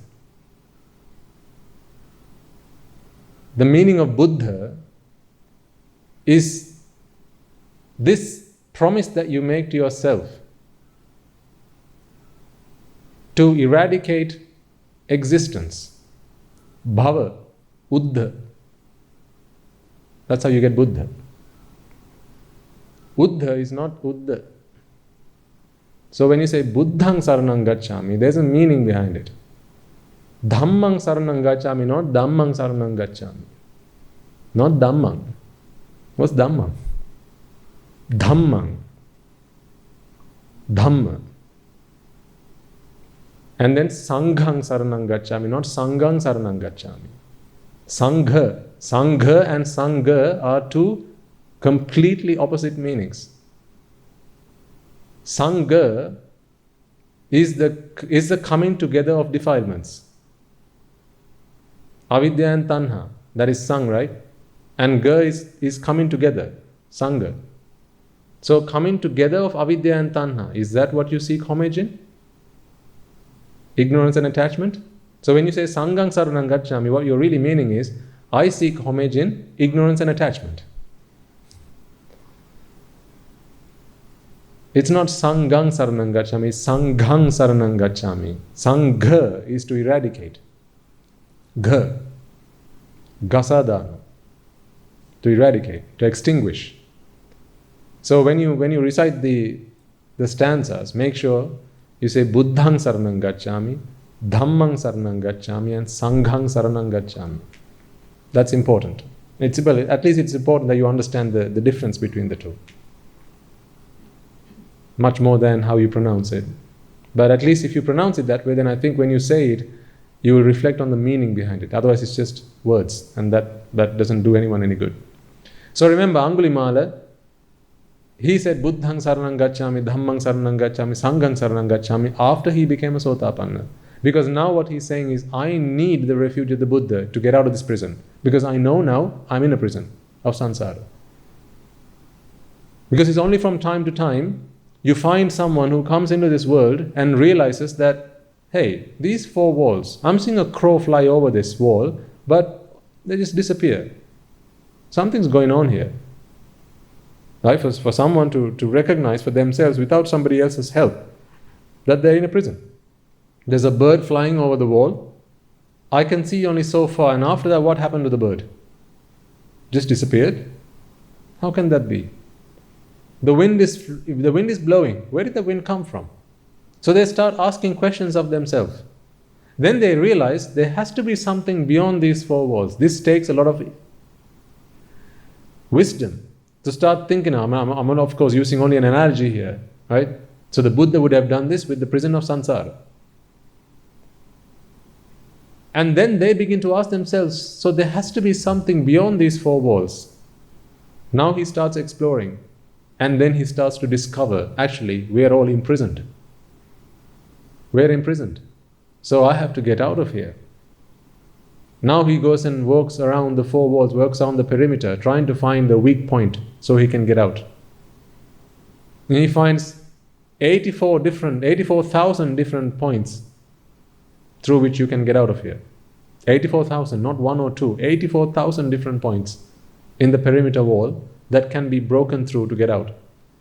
This is only in the Buddha's time. And then, because he's not only interested in his salvation, but also in the salvation of all the inmates in the prison, he opens up all those 84,000 openings in the walls. And he says, right, time's up now, let's all get out of here. In the time of the Buddha, there was a deluge of people who attained Margapala, as in, got out of the prison. A deluge then because there were 84,000 paths and they were all very clear, crystal clear. But now, those paths have been covered up again. Bushes, trees, grass, mud, right? These paths, they have become, they're no longer very clear like they used to be. So this is why we have to be very cautious about where we step. Some of these might be traps. Because the Mara's guards are always watching out. They don't want us getting out of prison. They want you in prison. Because for as long as you're in prison, the prison's going to prosper. Because for as long as there are inmates in the prison, they're going to do service in the prison. Clean the walls, clean the toilets, grow plants, right? They're going to keep the prison very beautiful. But when there are no inmates, then who's going to look after the prison? So the prison warden, who is Mara, is going to be interested in keeping you in prison, not helping you get out of prison. So he's going to set traps. This is why you have to be careful. This is why the Buddha gives you a sure and short way of knowing if you're heading in the right direction. If the next step you take is one that's going to actually take you into a trap or really get you out of prison. And that's where he says, Ragakke, Deshakke, Mohakke, Nibbana. This is how you know if the next step you're taking is one that's going to be taking you out of prison. Rage, desire. Ragakke. Are you extinguishing the fire of raga? Are you extinguishing the fire of aversion, dvesha? Are you extinguishing the fire of moha, delusion? So only you know that. I can only tell you. The Buddha can only tell you, but you have to walk yourself. There's no one to hold your hand. You have to walk by yourself. You can't do it for your child. You can't do it for your husband or your wife. You have to do it for yourself. The only thing you can do for your family is be a Satpurusha. Teach them the path, but they have to do it for themselves. There's no savior in Buddhist philosophy. There is one in other philosophies, but not in Buddhist philosophy. We don't have a savior. We have a teacher. A teacher who can teach us, and then it's down to each and every one of us to walk the path.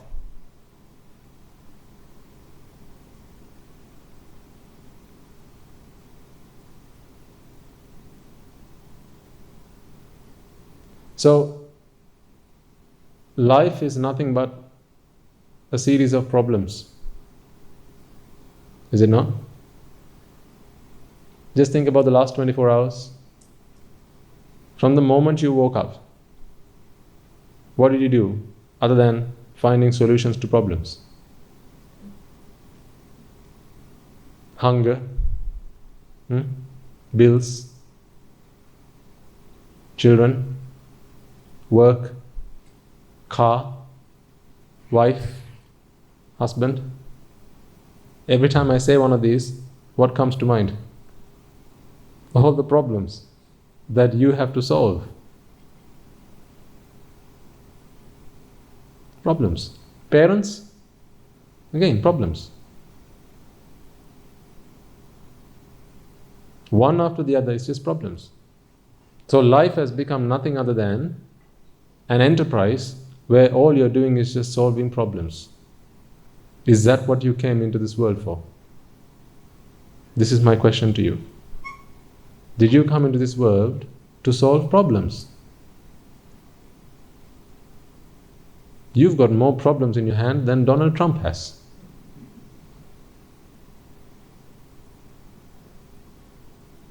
And no one's going to help you solve them either. You're solving them all by yourself. At least Donald Trump has his staff to help him. You have to solve them all by yourself.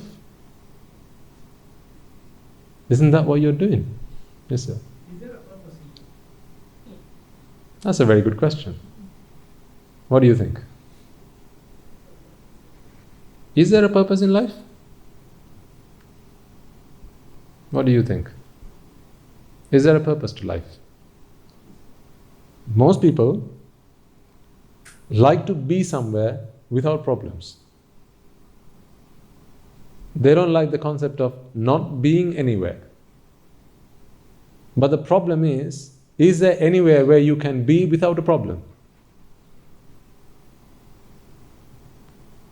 So if you don't like problems, then where's the only place you can be? Nowhere. If you don't like problems, the only place you can be is nowhere. That's where. Nowhere. The purpose of life, as you have all rightly said, should be, and this is what we have covered in a lot of our initial sermons, happiness. That's where I start, usually with new listeners. Because, talk to someone who's completely new to the Dhamma. Would you like to attain Nibbana? They're going to say yes. But they don't know what they're saying. They're going to say yes because it's the right thing to say. You're in a temple, you're being asked by a monk. He's probably going to be upset if you didn't say yes, because then he's going to second guess himself. So the right thing to say in a temple is, yes, I want to attain Nibbana. But most people don't even know the first thing about what Nibbana is. Most people don't even know that. Most Buddhists don't know what Nibbana is. Most Buddhists, most people, 99.99999, and I can keep going saying 9 until the end of this sermon, and I'll have still more 9s to add. Right? A very, very, very tiny fraction of all sentient beings really understand the true purpose of life. If the purpose of life is happiness, then really we must be always mindful about, are the things that we are doing truly taking us to happiness? If every problem you're solving is inviting another problem, how does that bring us happiness? You're just jumping from the pan to the fire. One problem to another problem. That's all we're doing. Just jumping from one problem to another problem. How is that happiness? This is, as I said, right? A young guy lives at home, his parents look after him, and then one day he decides, I'm going to get married. You ask him why? Because I'm lonely, I need someone to talk to, I need someone to share my life with. So that's the problem that they have. Now they go and find a solution, and the solution is, bring someone home. Now, you've just brought home another Pandora's box. Because all this time you only had yourself to worry about. Now, double trouble. Yes or no? Yes. We shouldn't be ashamed about these things. This is the truth. We should be ashamed of not being willing to accept the truth. That's what we should be ashamed of. Should you be ashamed to go and tell the doctor what's wrong with you? You've got an infection. It's in your groin. Should you be ashamed to go and tell your doctor? Doctor, I've got something wrong with me. What is it? I'm so ashamed to tell you, I can't tell you. I'm too shy. How can I treat you? I don't know, but I'm just too shy, I can't tell you. Well, what can I do? Well, can you treat me for something? Okay, here's a paracetamol for a headache. Thank you. Are they going to walk away with the right treatment? No. So we should not be ashamed to accept that we have a problem. We should be ashamed to not have the guts, to not have the courage to accept what the real problem is. We have all made mistakes in our lives. Coming into this world was the biggest mistake. Because if we had not made that mistake in our last birth, we wouldn't be here today.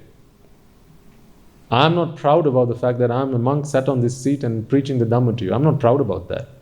I'm ashamed about that. Would you believe me if I said that? I'm ashamed of that. Why? Why did I have to become a monk in this birth? Yes, because I didn't complete my job last time round. Remember, I had to become a monk. I had to. Much less of a choice. I had to. Because this is the only way I can accelerate this journey as much as I possibly can while I've still got my life with me. I had to. Looks like you didn't have to. I had to. I'm ashamed about the fact that I'm a monk today. Why? Because I was born, so I had to become a monk. Because last birth I didn't do what I had to do. I'm ashamed. I'm ashamed that I have eyes. Are you ashamed that you have eyes? I'm ashamed that I have ears. I'm ashamed that I have a nose. What is that telling you? If you see someone with eyes, ears, nose and a tongue, that they're vexing. That they're vexing. You're vexing for sights. That's why you have a pair of eyes, to relieve you of a vexation. This is why I always say, if you're in the middle of a crowd, or you're in somewhere, in the midst of other people, someone brings in a cake, right? Now what happens to you? Mouth starts watering. Do you like to show other people that your mouth is watering? No, you're ashamed of that, aren't you? You don't like to show that to other people, your mouth is watering. What you might generally do is look away and then swallow it without anybody seeing that your mouth has been watering. Or you might even, can I just have a glass of water, please? Because you just don't want to show other people that your mouth is watering. So you're ashamed that you're vexing. Are you not? You're ashamed that you're vexing. Because now you have a smell. The smell has just come into your world and now you're vexing because you want it. You're ashamed of that. So you're ashamed of vexation. Well, what is the fact that you have a tongue, a nose, ears, eyes telling the world that you're vexing? This is why I say, is it better that we have a nose, a tongue and a body, and Anagami Brahmas, in the Rupachara Brahmas, they don't have them. They only have eyes and ears. Are we not better off? Aren't we better off than them? They don't have a nose, we have a nose. They don't have a tongue, we have a tongue. They don't have a body, we have a body. So are we not better than them? They are better. Why? Yes, because they're not vexing as much as we are. So it's not something that we need to get off on the rooftops and start shouting the world about and say, hey, look, I've got all these 5 senses. We should be ashamed of that. Because we are vexing. What is the cause of vexation? Attachment. So what is the cause of attachment? Ignorance. So the fact that you have a pair of eyes, what are you telling me? I am ignorant. The fact that you have ears, nose and a tongue and a body, what are you telling me? I am ignorant. So how really can you look at another person, just like you, who's also got eyes, ears, nose, tongue and a body and go, you're beautiful? Are you not just appreciating an ignorant person? You are appreciating a fool. What you should be saying is, you ignorant fool. For as long as you are in the Rupavachara Brahma worlds and not in the hells, anywhere between these two, so human world, the 6 Deva worlds and the 16 Rupavachara Brahma worlds, you can attain Nibbana. Because you need the sense of hearing to listen to the Dhamma. But once you go into the Arupavachara Brahma worlds, now you don't have no sight, you just have the mind.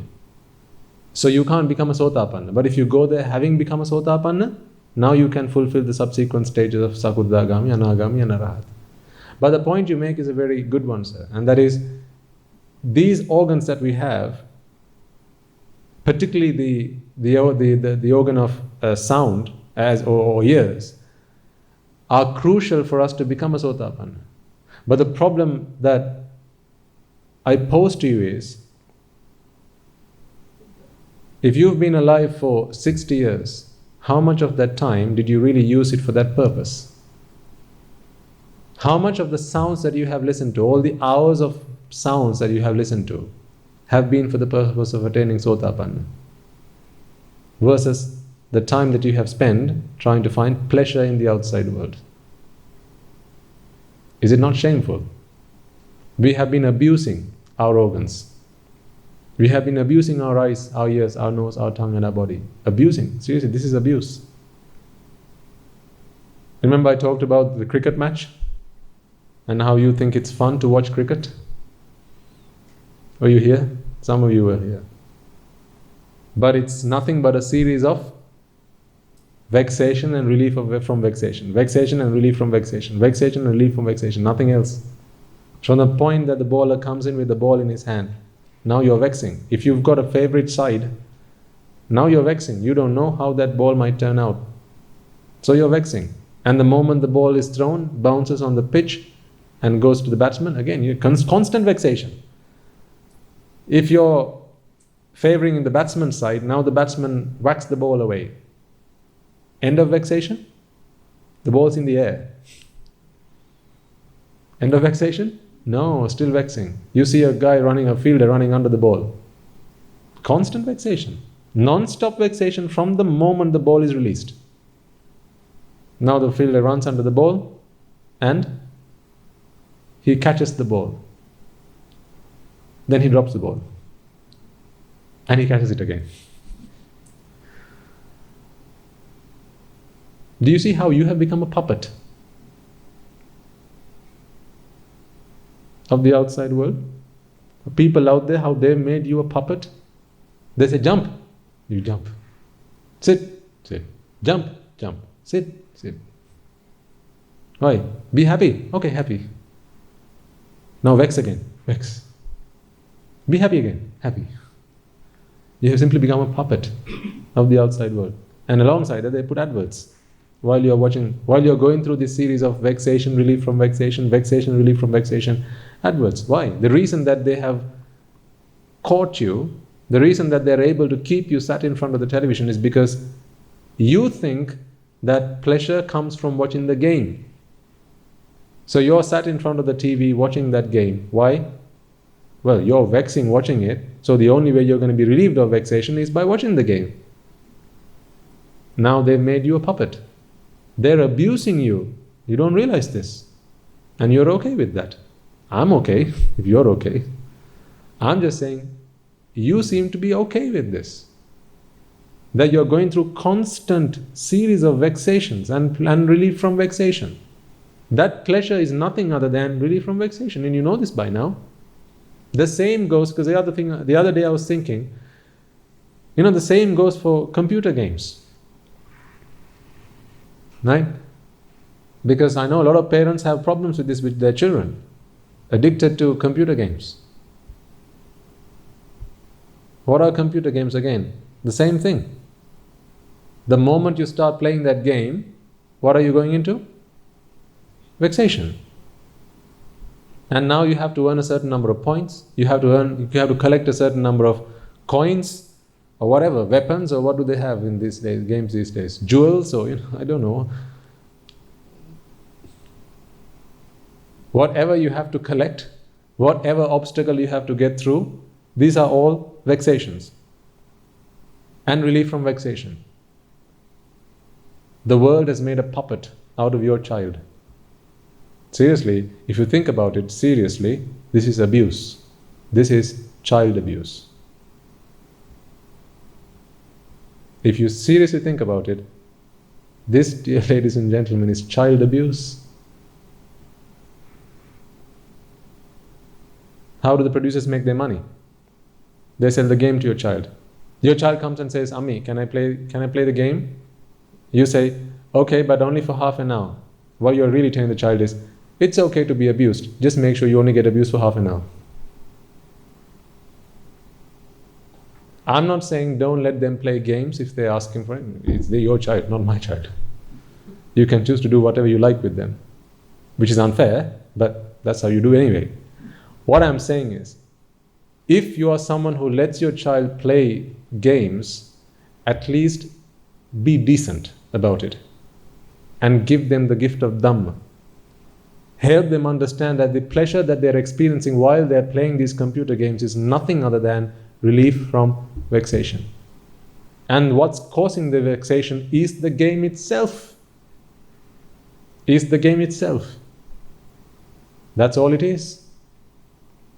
Whether you play Mario or whatever, that's the only thing that comes to mind right now. I wasn't much of a computer game fan. My favorite game was Super Mario. That says how old I am, right?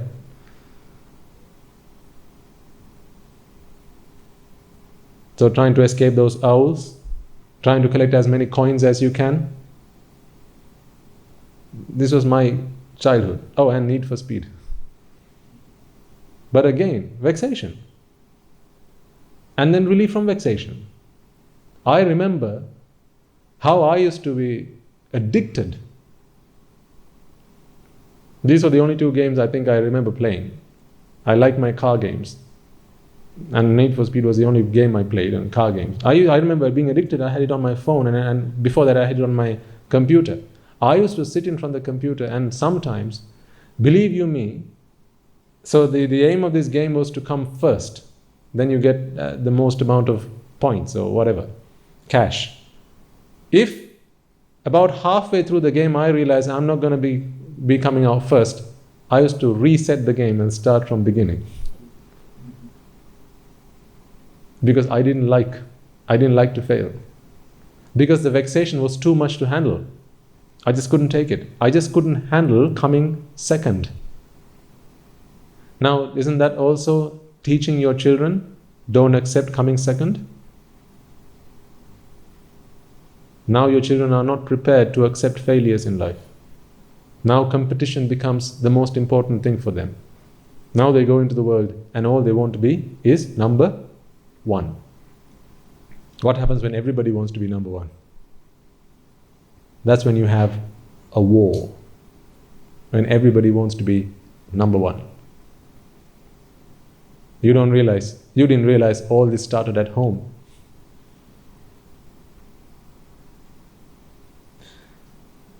Parents, really, we need to think more seriously about what we do to our children. Because they depend on you for that. Remember, your children are hopeless.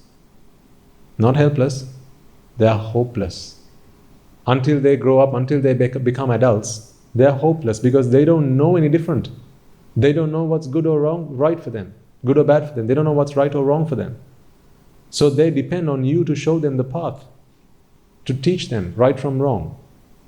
So if all you're teaching them is vex and relief from vexation, vex and relief from vexation, vex and then relief from vexation, that's all they're going to know. If you don't give them the Dhamma. Again, as I say, I'm not saying don't let them play with the PlayStation or the Nintendos or whatever you have these days. I'm not saying don't do that. What I'm saying is, if you're a responsible parent, while you let them do that, you're also going to teach them the Dhamma. You're going to help them understand that asking to go and play for half an hour in front of the computer, they might as well ask to go and spend half an hour in hell. They might as well ask for half an hour in hell. A lot of people, they go and do meditation to relieve themselves from the stresses of life, don't they? You must have done that yourselves sometimes in your lives. Go and do meditation to relieve yourself from stress. When you do meditation, what do you practice? Either you might reflect on the qualities of the Buddha, qualities of the Dhamma, qualities of the Sangha. Or you might practice anicca, dukkha, anatta. And some might, practice on the breath, whatever. Okay? But if you do proper meditation, what you're doing is not relieving yourself of vexation, because that is not proper meditation. You're seeking the source of vexation and removing it. So this is not plastering over the problem, removing the cause of the problem, not finding a solution to the problem, removing the problem itself. That is what proper meditation is. And that's really good, because the reason that people do enjoy, and the end of last week we saw the end of our second meditation program at the monastery, and some of you were fortunate enough to be there, and that was a program for adults. So you're welcome to come along to future sessions if you're interested. Make sure you give your names beforehand so we can reserve a place for you. But during the course of that program, during the course of the entire week from Monday to Friday, what we did was we practiced anicca, dukkha, anatta. Whatever karmasthana it was anicca, dukkha, anatta. It's like the alphabet. There are only 26 letters in the alphabet, but there are many millions of words that you can make out of these letters of the alphabet. So karmasthanas are like that. Anicca, dukkha, anatta are like the letters of the alphabet. The karmasthanas that you can come out with that are like all the words in the language. You can come up with any amount of words. Maybe in the future we'll do a meditation program in English. I don't know, it's not a promise, maybe. Because there was one person who asked for it. So if there's demand, then perhaps. But I don't think anyone here doesn't speak or understand Sinhala, at least to some extent, maybe. So if you can, come along to a future session, but before you do so, make sure you listen to the Dhamma. At least 6-7 months, at least 100 sermons. At least. Otherwise you're going to be sat here, just looking up and down, not knowing what to do. So the reason I was talking about meditation is because when you practice proper meditation, you are dealing with raga, dvesha, moha. You are uprooting, extinguishing the fires of raga, dvesha, moha. So these fires are being extinguished. This is why you feel the peace of mind when you practice meditation. Whereas when you're playing your computer game, that's not extinguishing the fires of raga, dvesha, moha. That is igniting the fire. That's throwing fuel at the fire of raga, dvesha, moha. So at the end of that game, there cannot be a single child that comes out feeling more relaxed at the end of a game.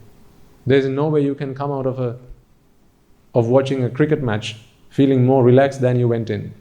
There's no way that can happen. Because all that happened to you throughout that event was vexation and relief from vexation. Vexation and relief from vexation. That's all that happened. And as if you've been coming along to sermons regularly, you know that in one chitta, one cycle that goes on in the chitta, the amount of time where you feel relief from vexation or pleasure is minute.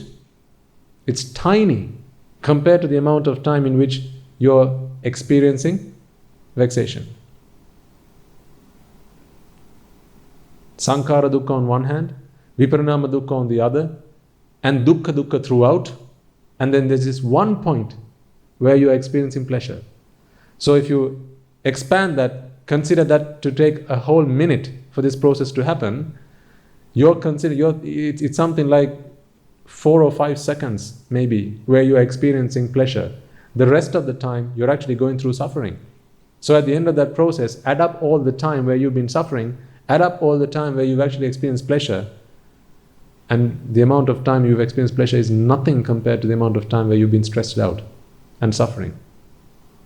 There is no way you can be happy if you seek happiness by indulging in sensuality, whether that is by eyes, ears, nose, tongue, body, whatever the case might be.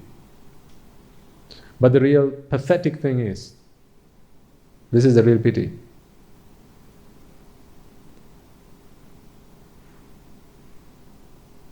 people, all beings, we seek pleasure. This is the human condition.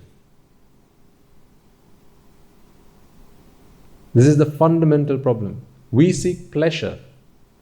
To seek pleasure, you have to go through suffering. There is no other way to seek pleasure other than going through suffering. You have to go through fire to get to the other side, to now feel the pleasure of not being burnt by the fire. If there was no sankhara dukkha, if there was no dukkha, if there was no viparinama dukkha, none of you would ever have felt pleasure. Without suffering, there's no pleasure, no pain, no gain. Isn't it such a shame that actually the pleasure that we are talking about, the pleasure that we are so attached to, the only way we can enjoy that, the only way we can sense that is by going through pain, and then it's the relief from that pain that we experience as being pleasure? That's quite pathetic, is it not? It's quite sad. That is really sad. People like yourselves, intelligent people, educated people, you are going through that? That's quite sad. If you are not intelligent, if you were fools, I wouldn't be so surprised. But you are intelligent people. You are wise. You are clever. Look at all the things that you've been able to do in your life so far. How far you've been able to get in your lives. Successful. Because you're wise, you're intelligent. But if you still feel that this pleasure that you are experiencing right now is still worth it, that is so sad. That is really so sad. Not because I say so, because pleasure is nothing other than relief from vexation. That is why. So, help your children. They really need help. The world is becoming more and more of a place where sensuality is going to reign all over. It's become the kingdom of Mara. Your children are not going to know any better. Because no matter what they do, everywhere they step, it's just going to be sensuality all over the place. Everywhere is going to be a trap to ensnare your children.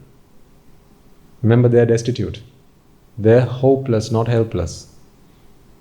If you can take them to the state where they become helpless, then they will come here and we can help them. But until then, they're hopeless. How many of your children are willing to at least go to a monastery and listen to Dhamma? Some parents, they come and cry in front of us. They say, Swami Nuhansa, I've been listening to sermons for a long time. If only I could bring my child with me. But he or she is not interested. They don't care about the Dhamma. What can I do? Say, well, what can I do? Bring them here if you can, and then I'll try and help them. Force them to come here. If they don't like it, force them to come to a monastery. Not just here. Go to any temple. They come and listen to this Dhamma, because otherwise, they're not going to know any different.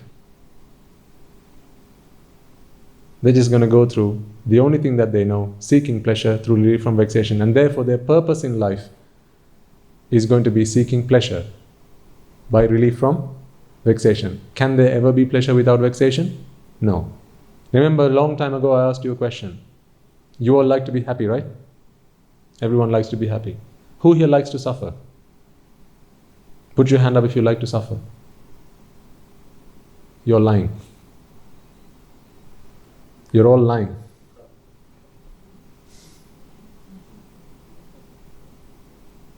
You know that, right? You're all lying. Why? Why am I saying that? Because can there be pleasure without suffering? No. If there was no suffering, there would not be any pleasure. So when you are saying, I like my pleasure, you are indirectly saying, well, I also do like my suffering. That is the kind of pleasure that you seek. That has become the purpose of your life. That is so sad. So there has to be a purpose in life, and that purpose in life has to be seeking happiness that is not based in relief from vexation. True happiness is in eradicating vexation. And that can only be done by finding the source of vexation. And the source of vexation is attachment. What is the source of attachment? That's ignorance. I can't preach to you to remove attachment. There's nothing that I can do to help you remove attachment. Only thing I can help you do is remove ignorance. When ignorance is removed, attachment goes out the window with it, because they go hand in hand. Once you understand that nothing in this world is pleasurable, all things in this world are vexatious, not vexing, vexatious. That's the adjective, because otherwise it would be vexing for an arahant as well. This winnowing fan is not vexing to an arahant, but it could be to me, because it's vexatious, like flammable. Not in flames, but flammable. To be in flames, you have to take a cigarette butt or a matchstick or something that has a spark to the fuel. Now it becomes a flame, but until now it was flammable. Like that, everything in this world is vexatious. To be vexing or to be vexed, you have to attach. For as long as you have a mind which is capable of attachment, then you are living a very dangerous life, because everything out there is vexatious. And the reason you're attaching is because of ignorance. Remember, beautiful flower, the problem is not the flower, the problem is beautiful. That's the problem. Something that you can't measure with any instrument except for ignorance. So therefore it cannot exist. It really cannot exist out there, and your instrument is incorrectly calibrated as well. So therefore you keep making the wrong choices, and then you'll have to suffer the consequences. Do you have any questions?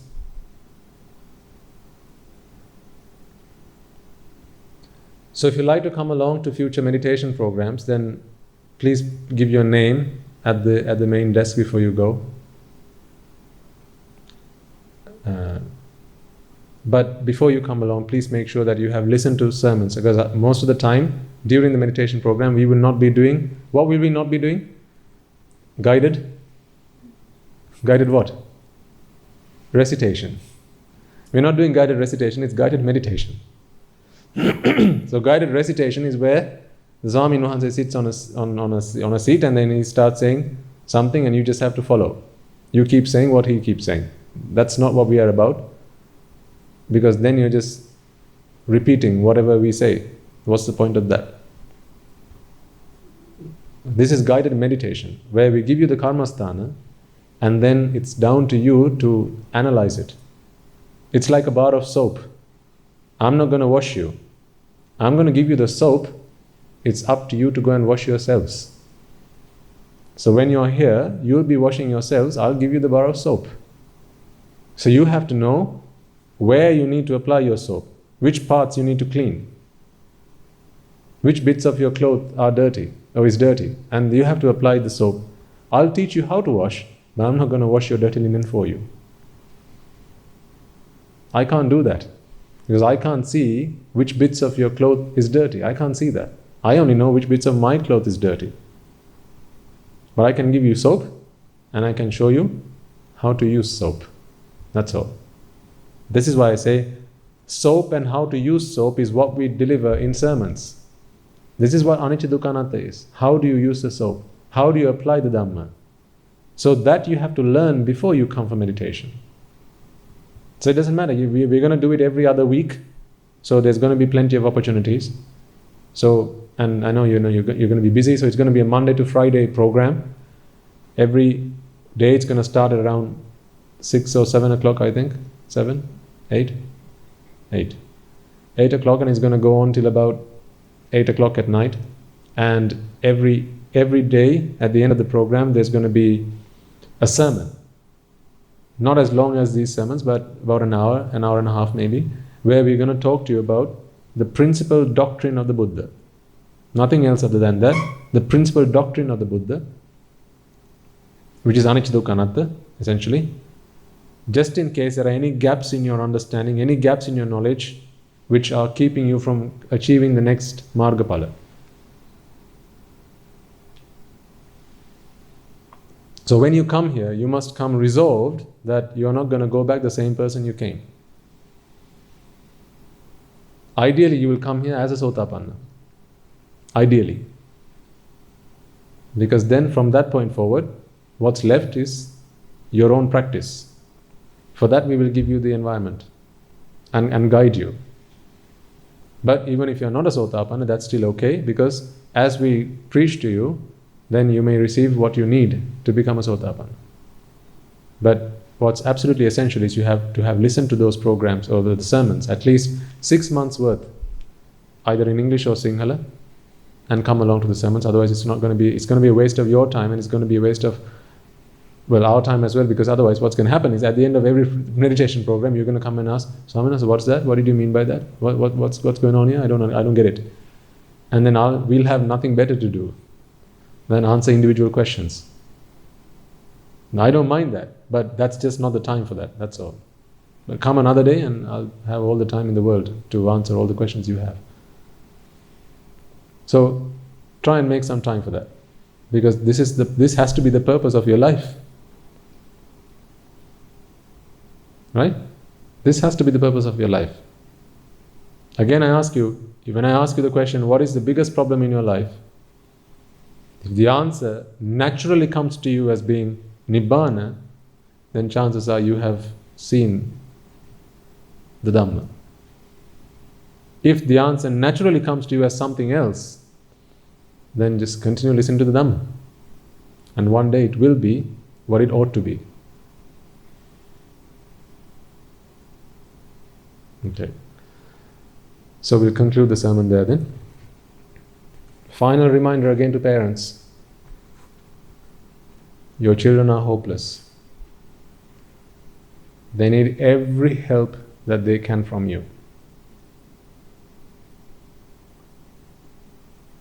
Because now the world is not like what it was in my time or your time when you were children.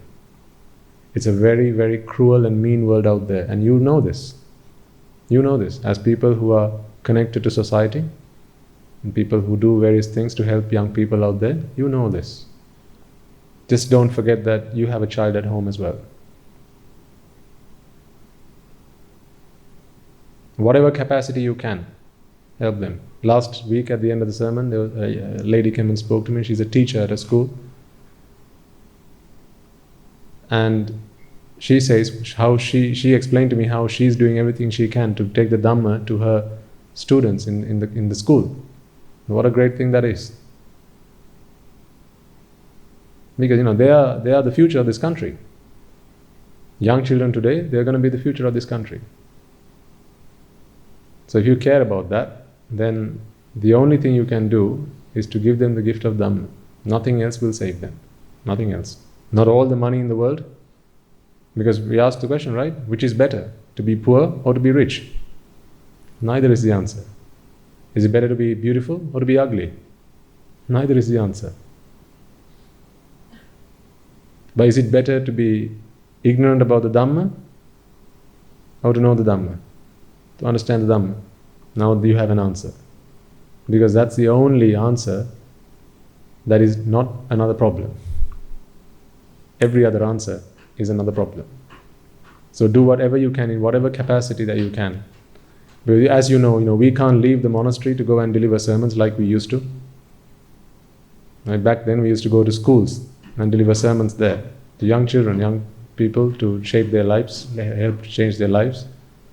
And as you know, we have a lot of young monks at the monastery. A lot of them came here because we went from town to town preaching those days. But we don't do that anymore. Because it's very difficult to bring a young child to a monastery, isn't it? You should know that. So the reason that a lot of our young monks are today monks is not because their parents brought them to the monastery. It's because we went to where they were. But now, that cannot happen anymore. But as a responsible adult, you have something that you can do. This is your duty to society. This is your duty to your country.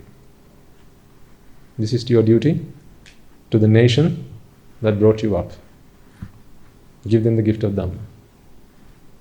The only thing that's ever going to save them. Nothing else will save them.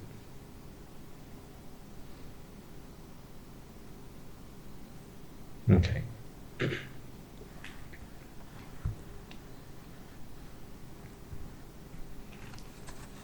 I can't emphasize this enough, but I'll keep doing it. The time you spend here is only a fraction of what you ought to be doing, and what you do here is only a fraction of what you ought to be doing if you are serious about Nibbana. This cannot be the most that you do in the course of the week toward Nibbana. Please don't let that be the case. If when I ask you next week, what did you do last week to help you attain Nibbana? If your answer is, well, I came to the sermon last Sunday. Please don't make that the answer. Please don't. Because here all you get is a tiny support. This is a push start. This is just a kick on your backside. That's all this is. To invigorate you. To remind you how important it is that we achieve that purpose in our life. You have to be serious about your Nibbana. I can't do it for you. You only spend a very little amount of time here. And I'm also conscious when time passes by because I know you have a long way back. So unlike the Saturday sermons, I can't always say everything I want to say. So I have to limit myself. Because the time you can spend here is very limited. So please don't make this time you spend here the best part of what you've done through the course of the next week to attain Nibbana. Because I have now told you what you ought to be doing. It's not suffering you need to worry about. It's the moments in life where you sense pleasure. Whenever you sense pleasure, you have to be fearful of it. That should frighten the living daylights out of you when you sense pleasure. Because what is that telling you? You are vexing. Which means now you are doing karma to be reborn again, and you have no idea where that is going to be. You have all been blessed with a chance to make this the last life. You have all been blessed with a chance to make this the last time you're going to age, you're going to go deaf, you're going to go blind, right? You're going to be handicapped, you're going to lose an arm and a leg, you're going to have a cancer. You might not have one now, but that's not to say you're never going to have one. It's going to be very pitiful if the reason that you are not eager and earnest about your Nibbana is that you have not yet been diagnosed with cancer. Would you like for me to say to somebody, you know that gentleman, that lady, they used to come along to the English sermons every Sunday, but that's all they did. But I'm seeing them come into the monastery more often now. Why is that? Oh, he's been diagnosed with cancer, that's why. That explains it all.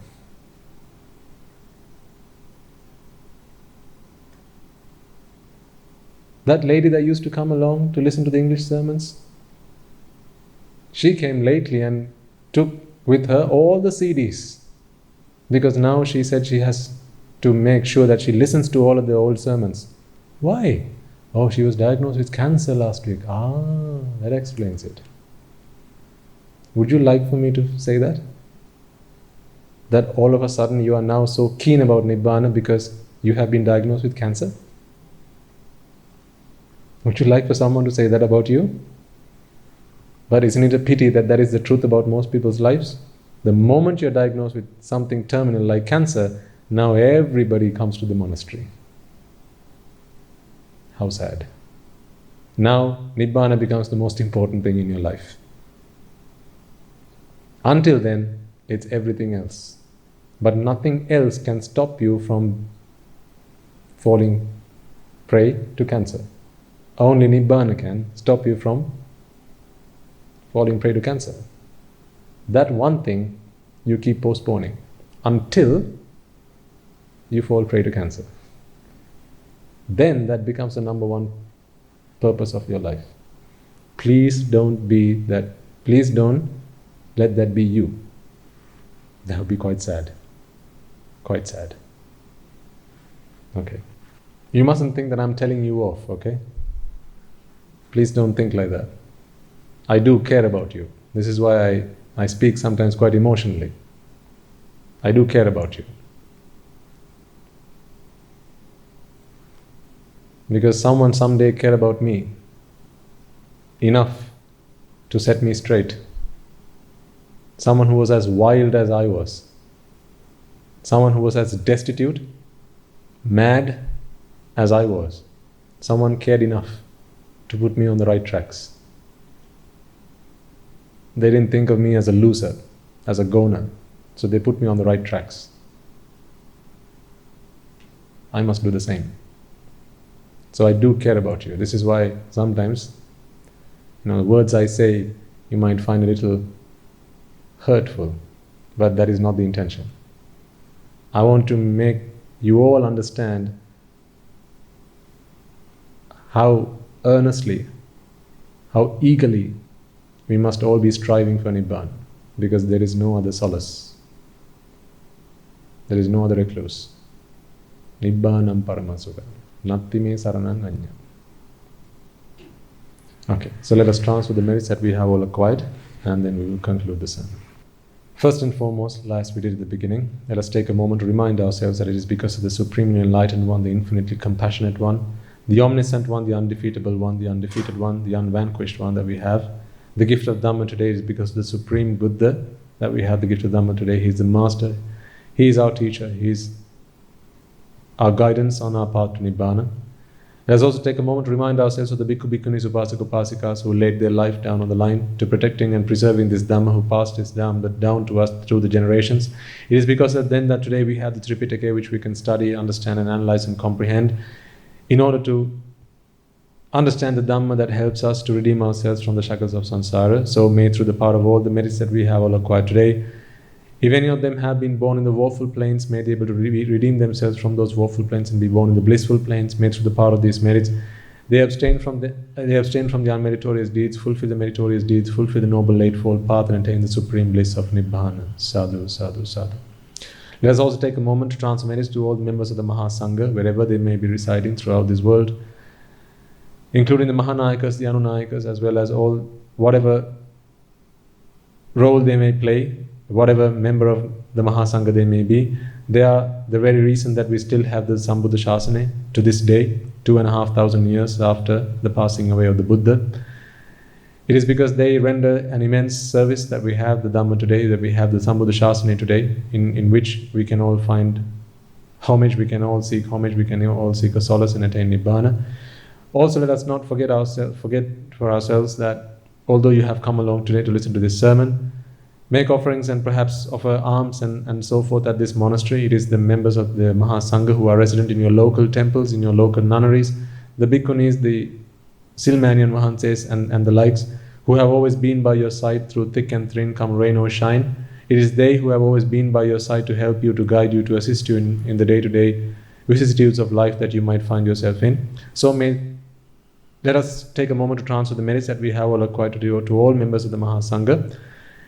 May through the power of these merits they abstain from the unmeritorious deeds, fulfill the meritorious deeds, fulfill the noble eightfold path, and attain the supreme bliss of Nibbana. Sadhu, sadhu, sadhu. Let us also take a moment to transfer merits to the Devas, Brahmas, spirits, demons, and the dead that we invited at the start of this sermon. Many of them will have been your mothers, fathers, brothers, sisters, uncles, aunts, nephews, nieces, not just in this birth but also in your previous births.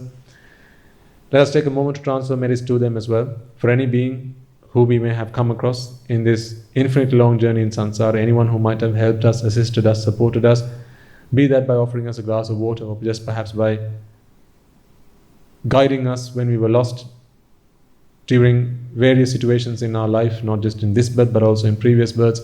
May they all be able to rejoice in the merits that we have all acquired today. If any of them have been born in the woeful planes, may through the power of these merits they have redeemed themselves from the woeful planes, be born in the blissful planes, and may through the power of these merits they abstain from the unmeritorious deeds, fulfill the meritorious deeds, fulfill the noble eightfold path, and attain the supreme bliss of Nibbana. Sadhu, sadhu, sadhu.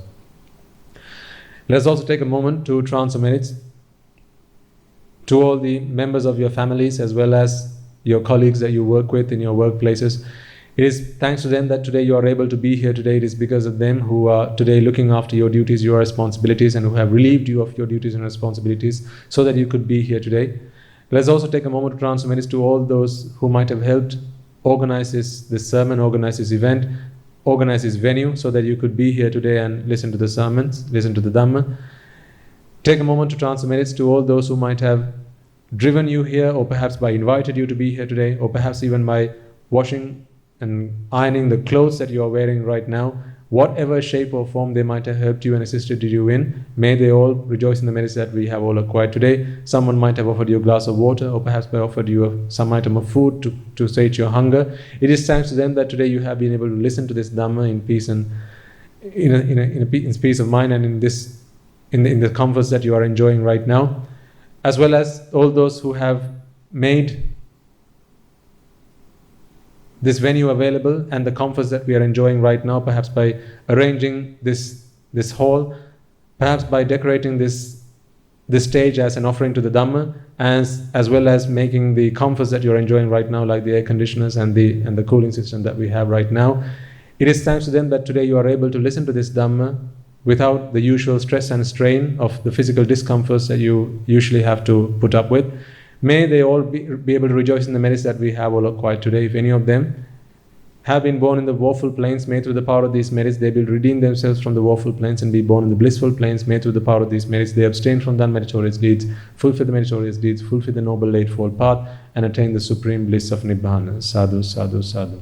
Let us also take a moment to transfer merits to all the members of the armed forces who fought a long and bloody war in Sri Lanka. It is thanks to them that today we are able to live in peace and harmony, members of the armed forces as well as members of the police force. Let us also take a moment to transfer merits to those men and women who might have lost their lives, either friend or foe, in that long war in Sri Lanka. May they all be able to rejoice in the merits that we have all acquired today. If not for the members of the armed forces, today you and I will not be able to be here today, and certainly not be able to practice the Dhamma in peace and harmony. It is thanks to them that we are able to do that. Also, let us take a moment to transfer merits to all those men and women who might have lost their lives in natural calamities such as the tsunamis, earthquakes, and so on and so forth, not just in Sri Lanka but also throughout the world. They may have been your friends, they might have been your family, not just in this birth but also in previous births, so they are all They all deserve the merits that we have all acquired today. Let us transfer those merits to all those who deserve them. If any of them have been born in the woeful planes, may through the power of these merits they redeem themselves from those woeful planes, be able to be born in the blissful planes. May through the power of these merits they abstain from their meritorious deeds, fulfill the meritorious deeds, fulfill the noble eightfold path, and attain the supreme bliss of Nibbana. Sadhu, sadhu, sadhu.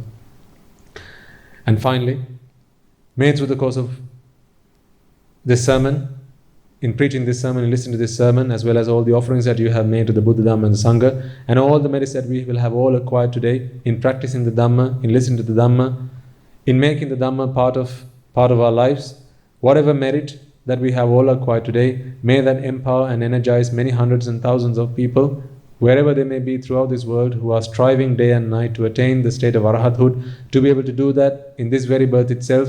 And in doing so, may we all be able to witness the advent of many hundreds of thousands of Arahatun Mahanses on this blessed land in our very lives itself. Sadhu, sadhu, sadhu. And finally, may through the course of all these merits, you and I and everyone who will have contributed and gotten involved and taken part in making this event successful and a possibility, be able to become one of those Arahatun Mahanses, one of those Arahat Mehinin Mahanses in this very birth itself and in the era of the Gautama Supreme Buddha itself. Sadhu, sadhu, sadhu. The members of the Mahasangha will now transfer their blessings to you. May I and all beings in all worlds be freed from the fires of desire. May I and all beings in all worlds be freed from the fires of aversion. May I and all beings in all worlds be freed from the fires of delusion. May I and all beings in all worlds attain the supreme bliss of Nibbana. May the Noble Triple Gem be with you all always. Sadhu, sadhu, sadhu.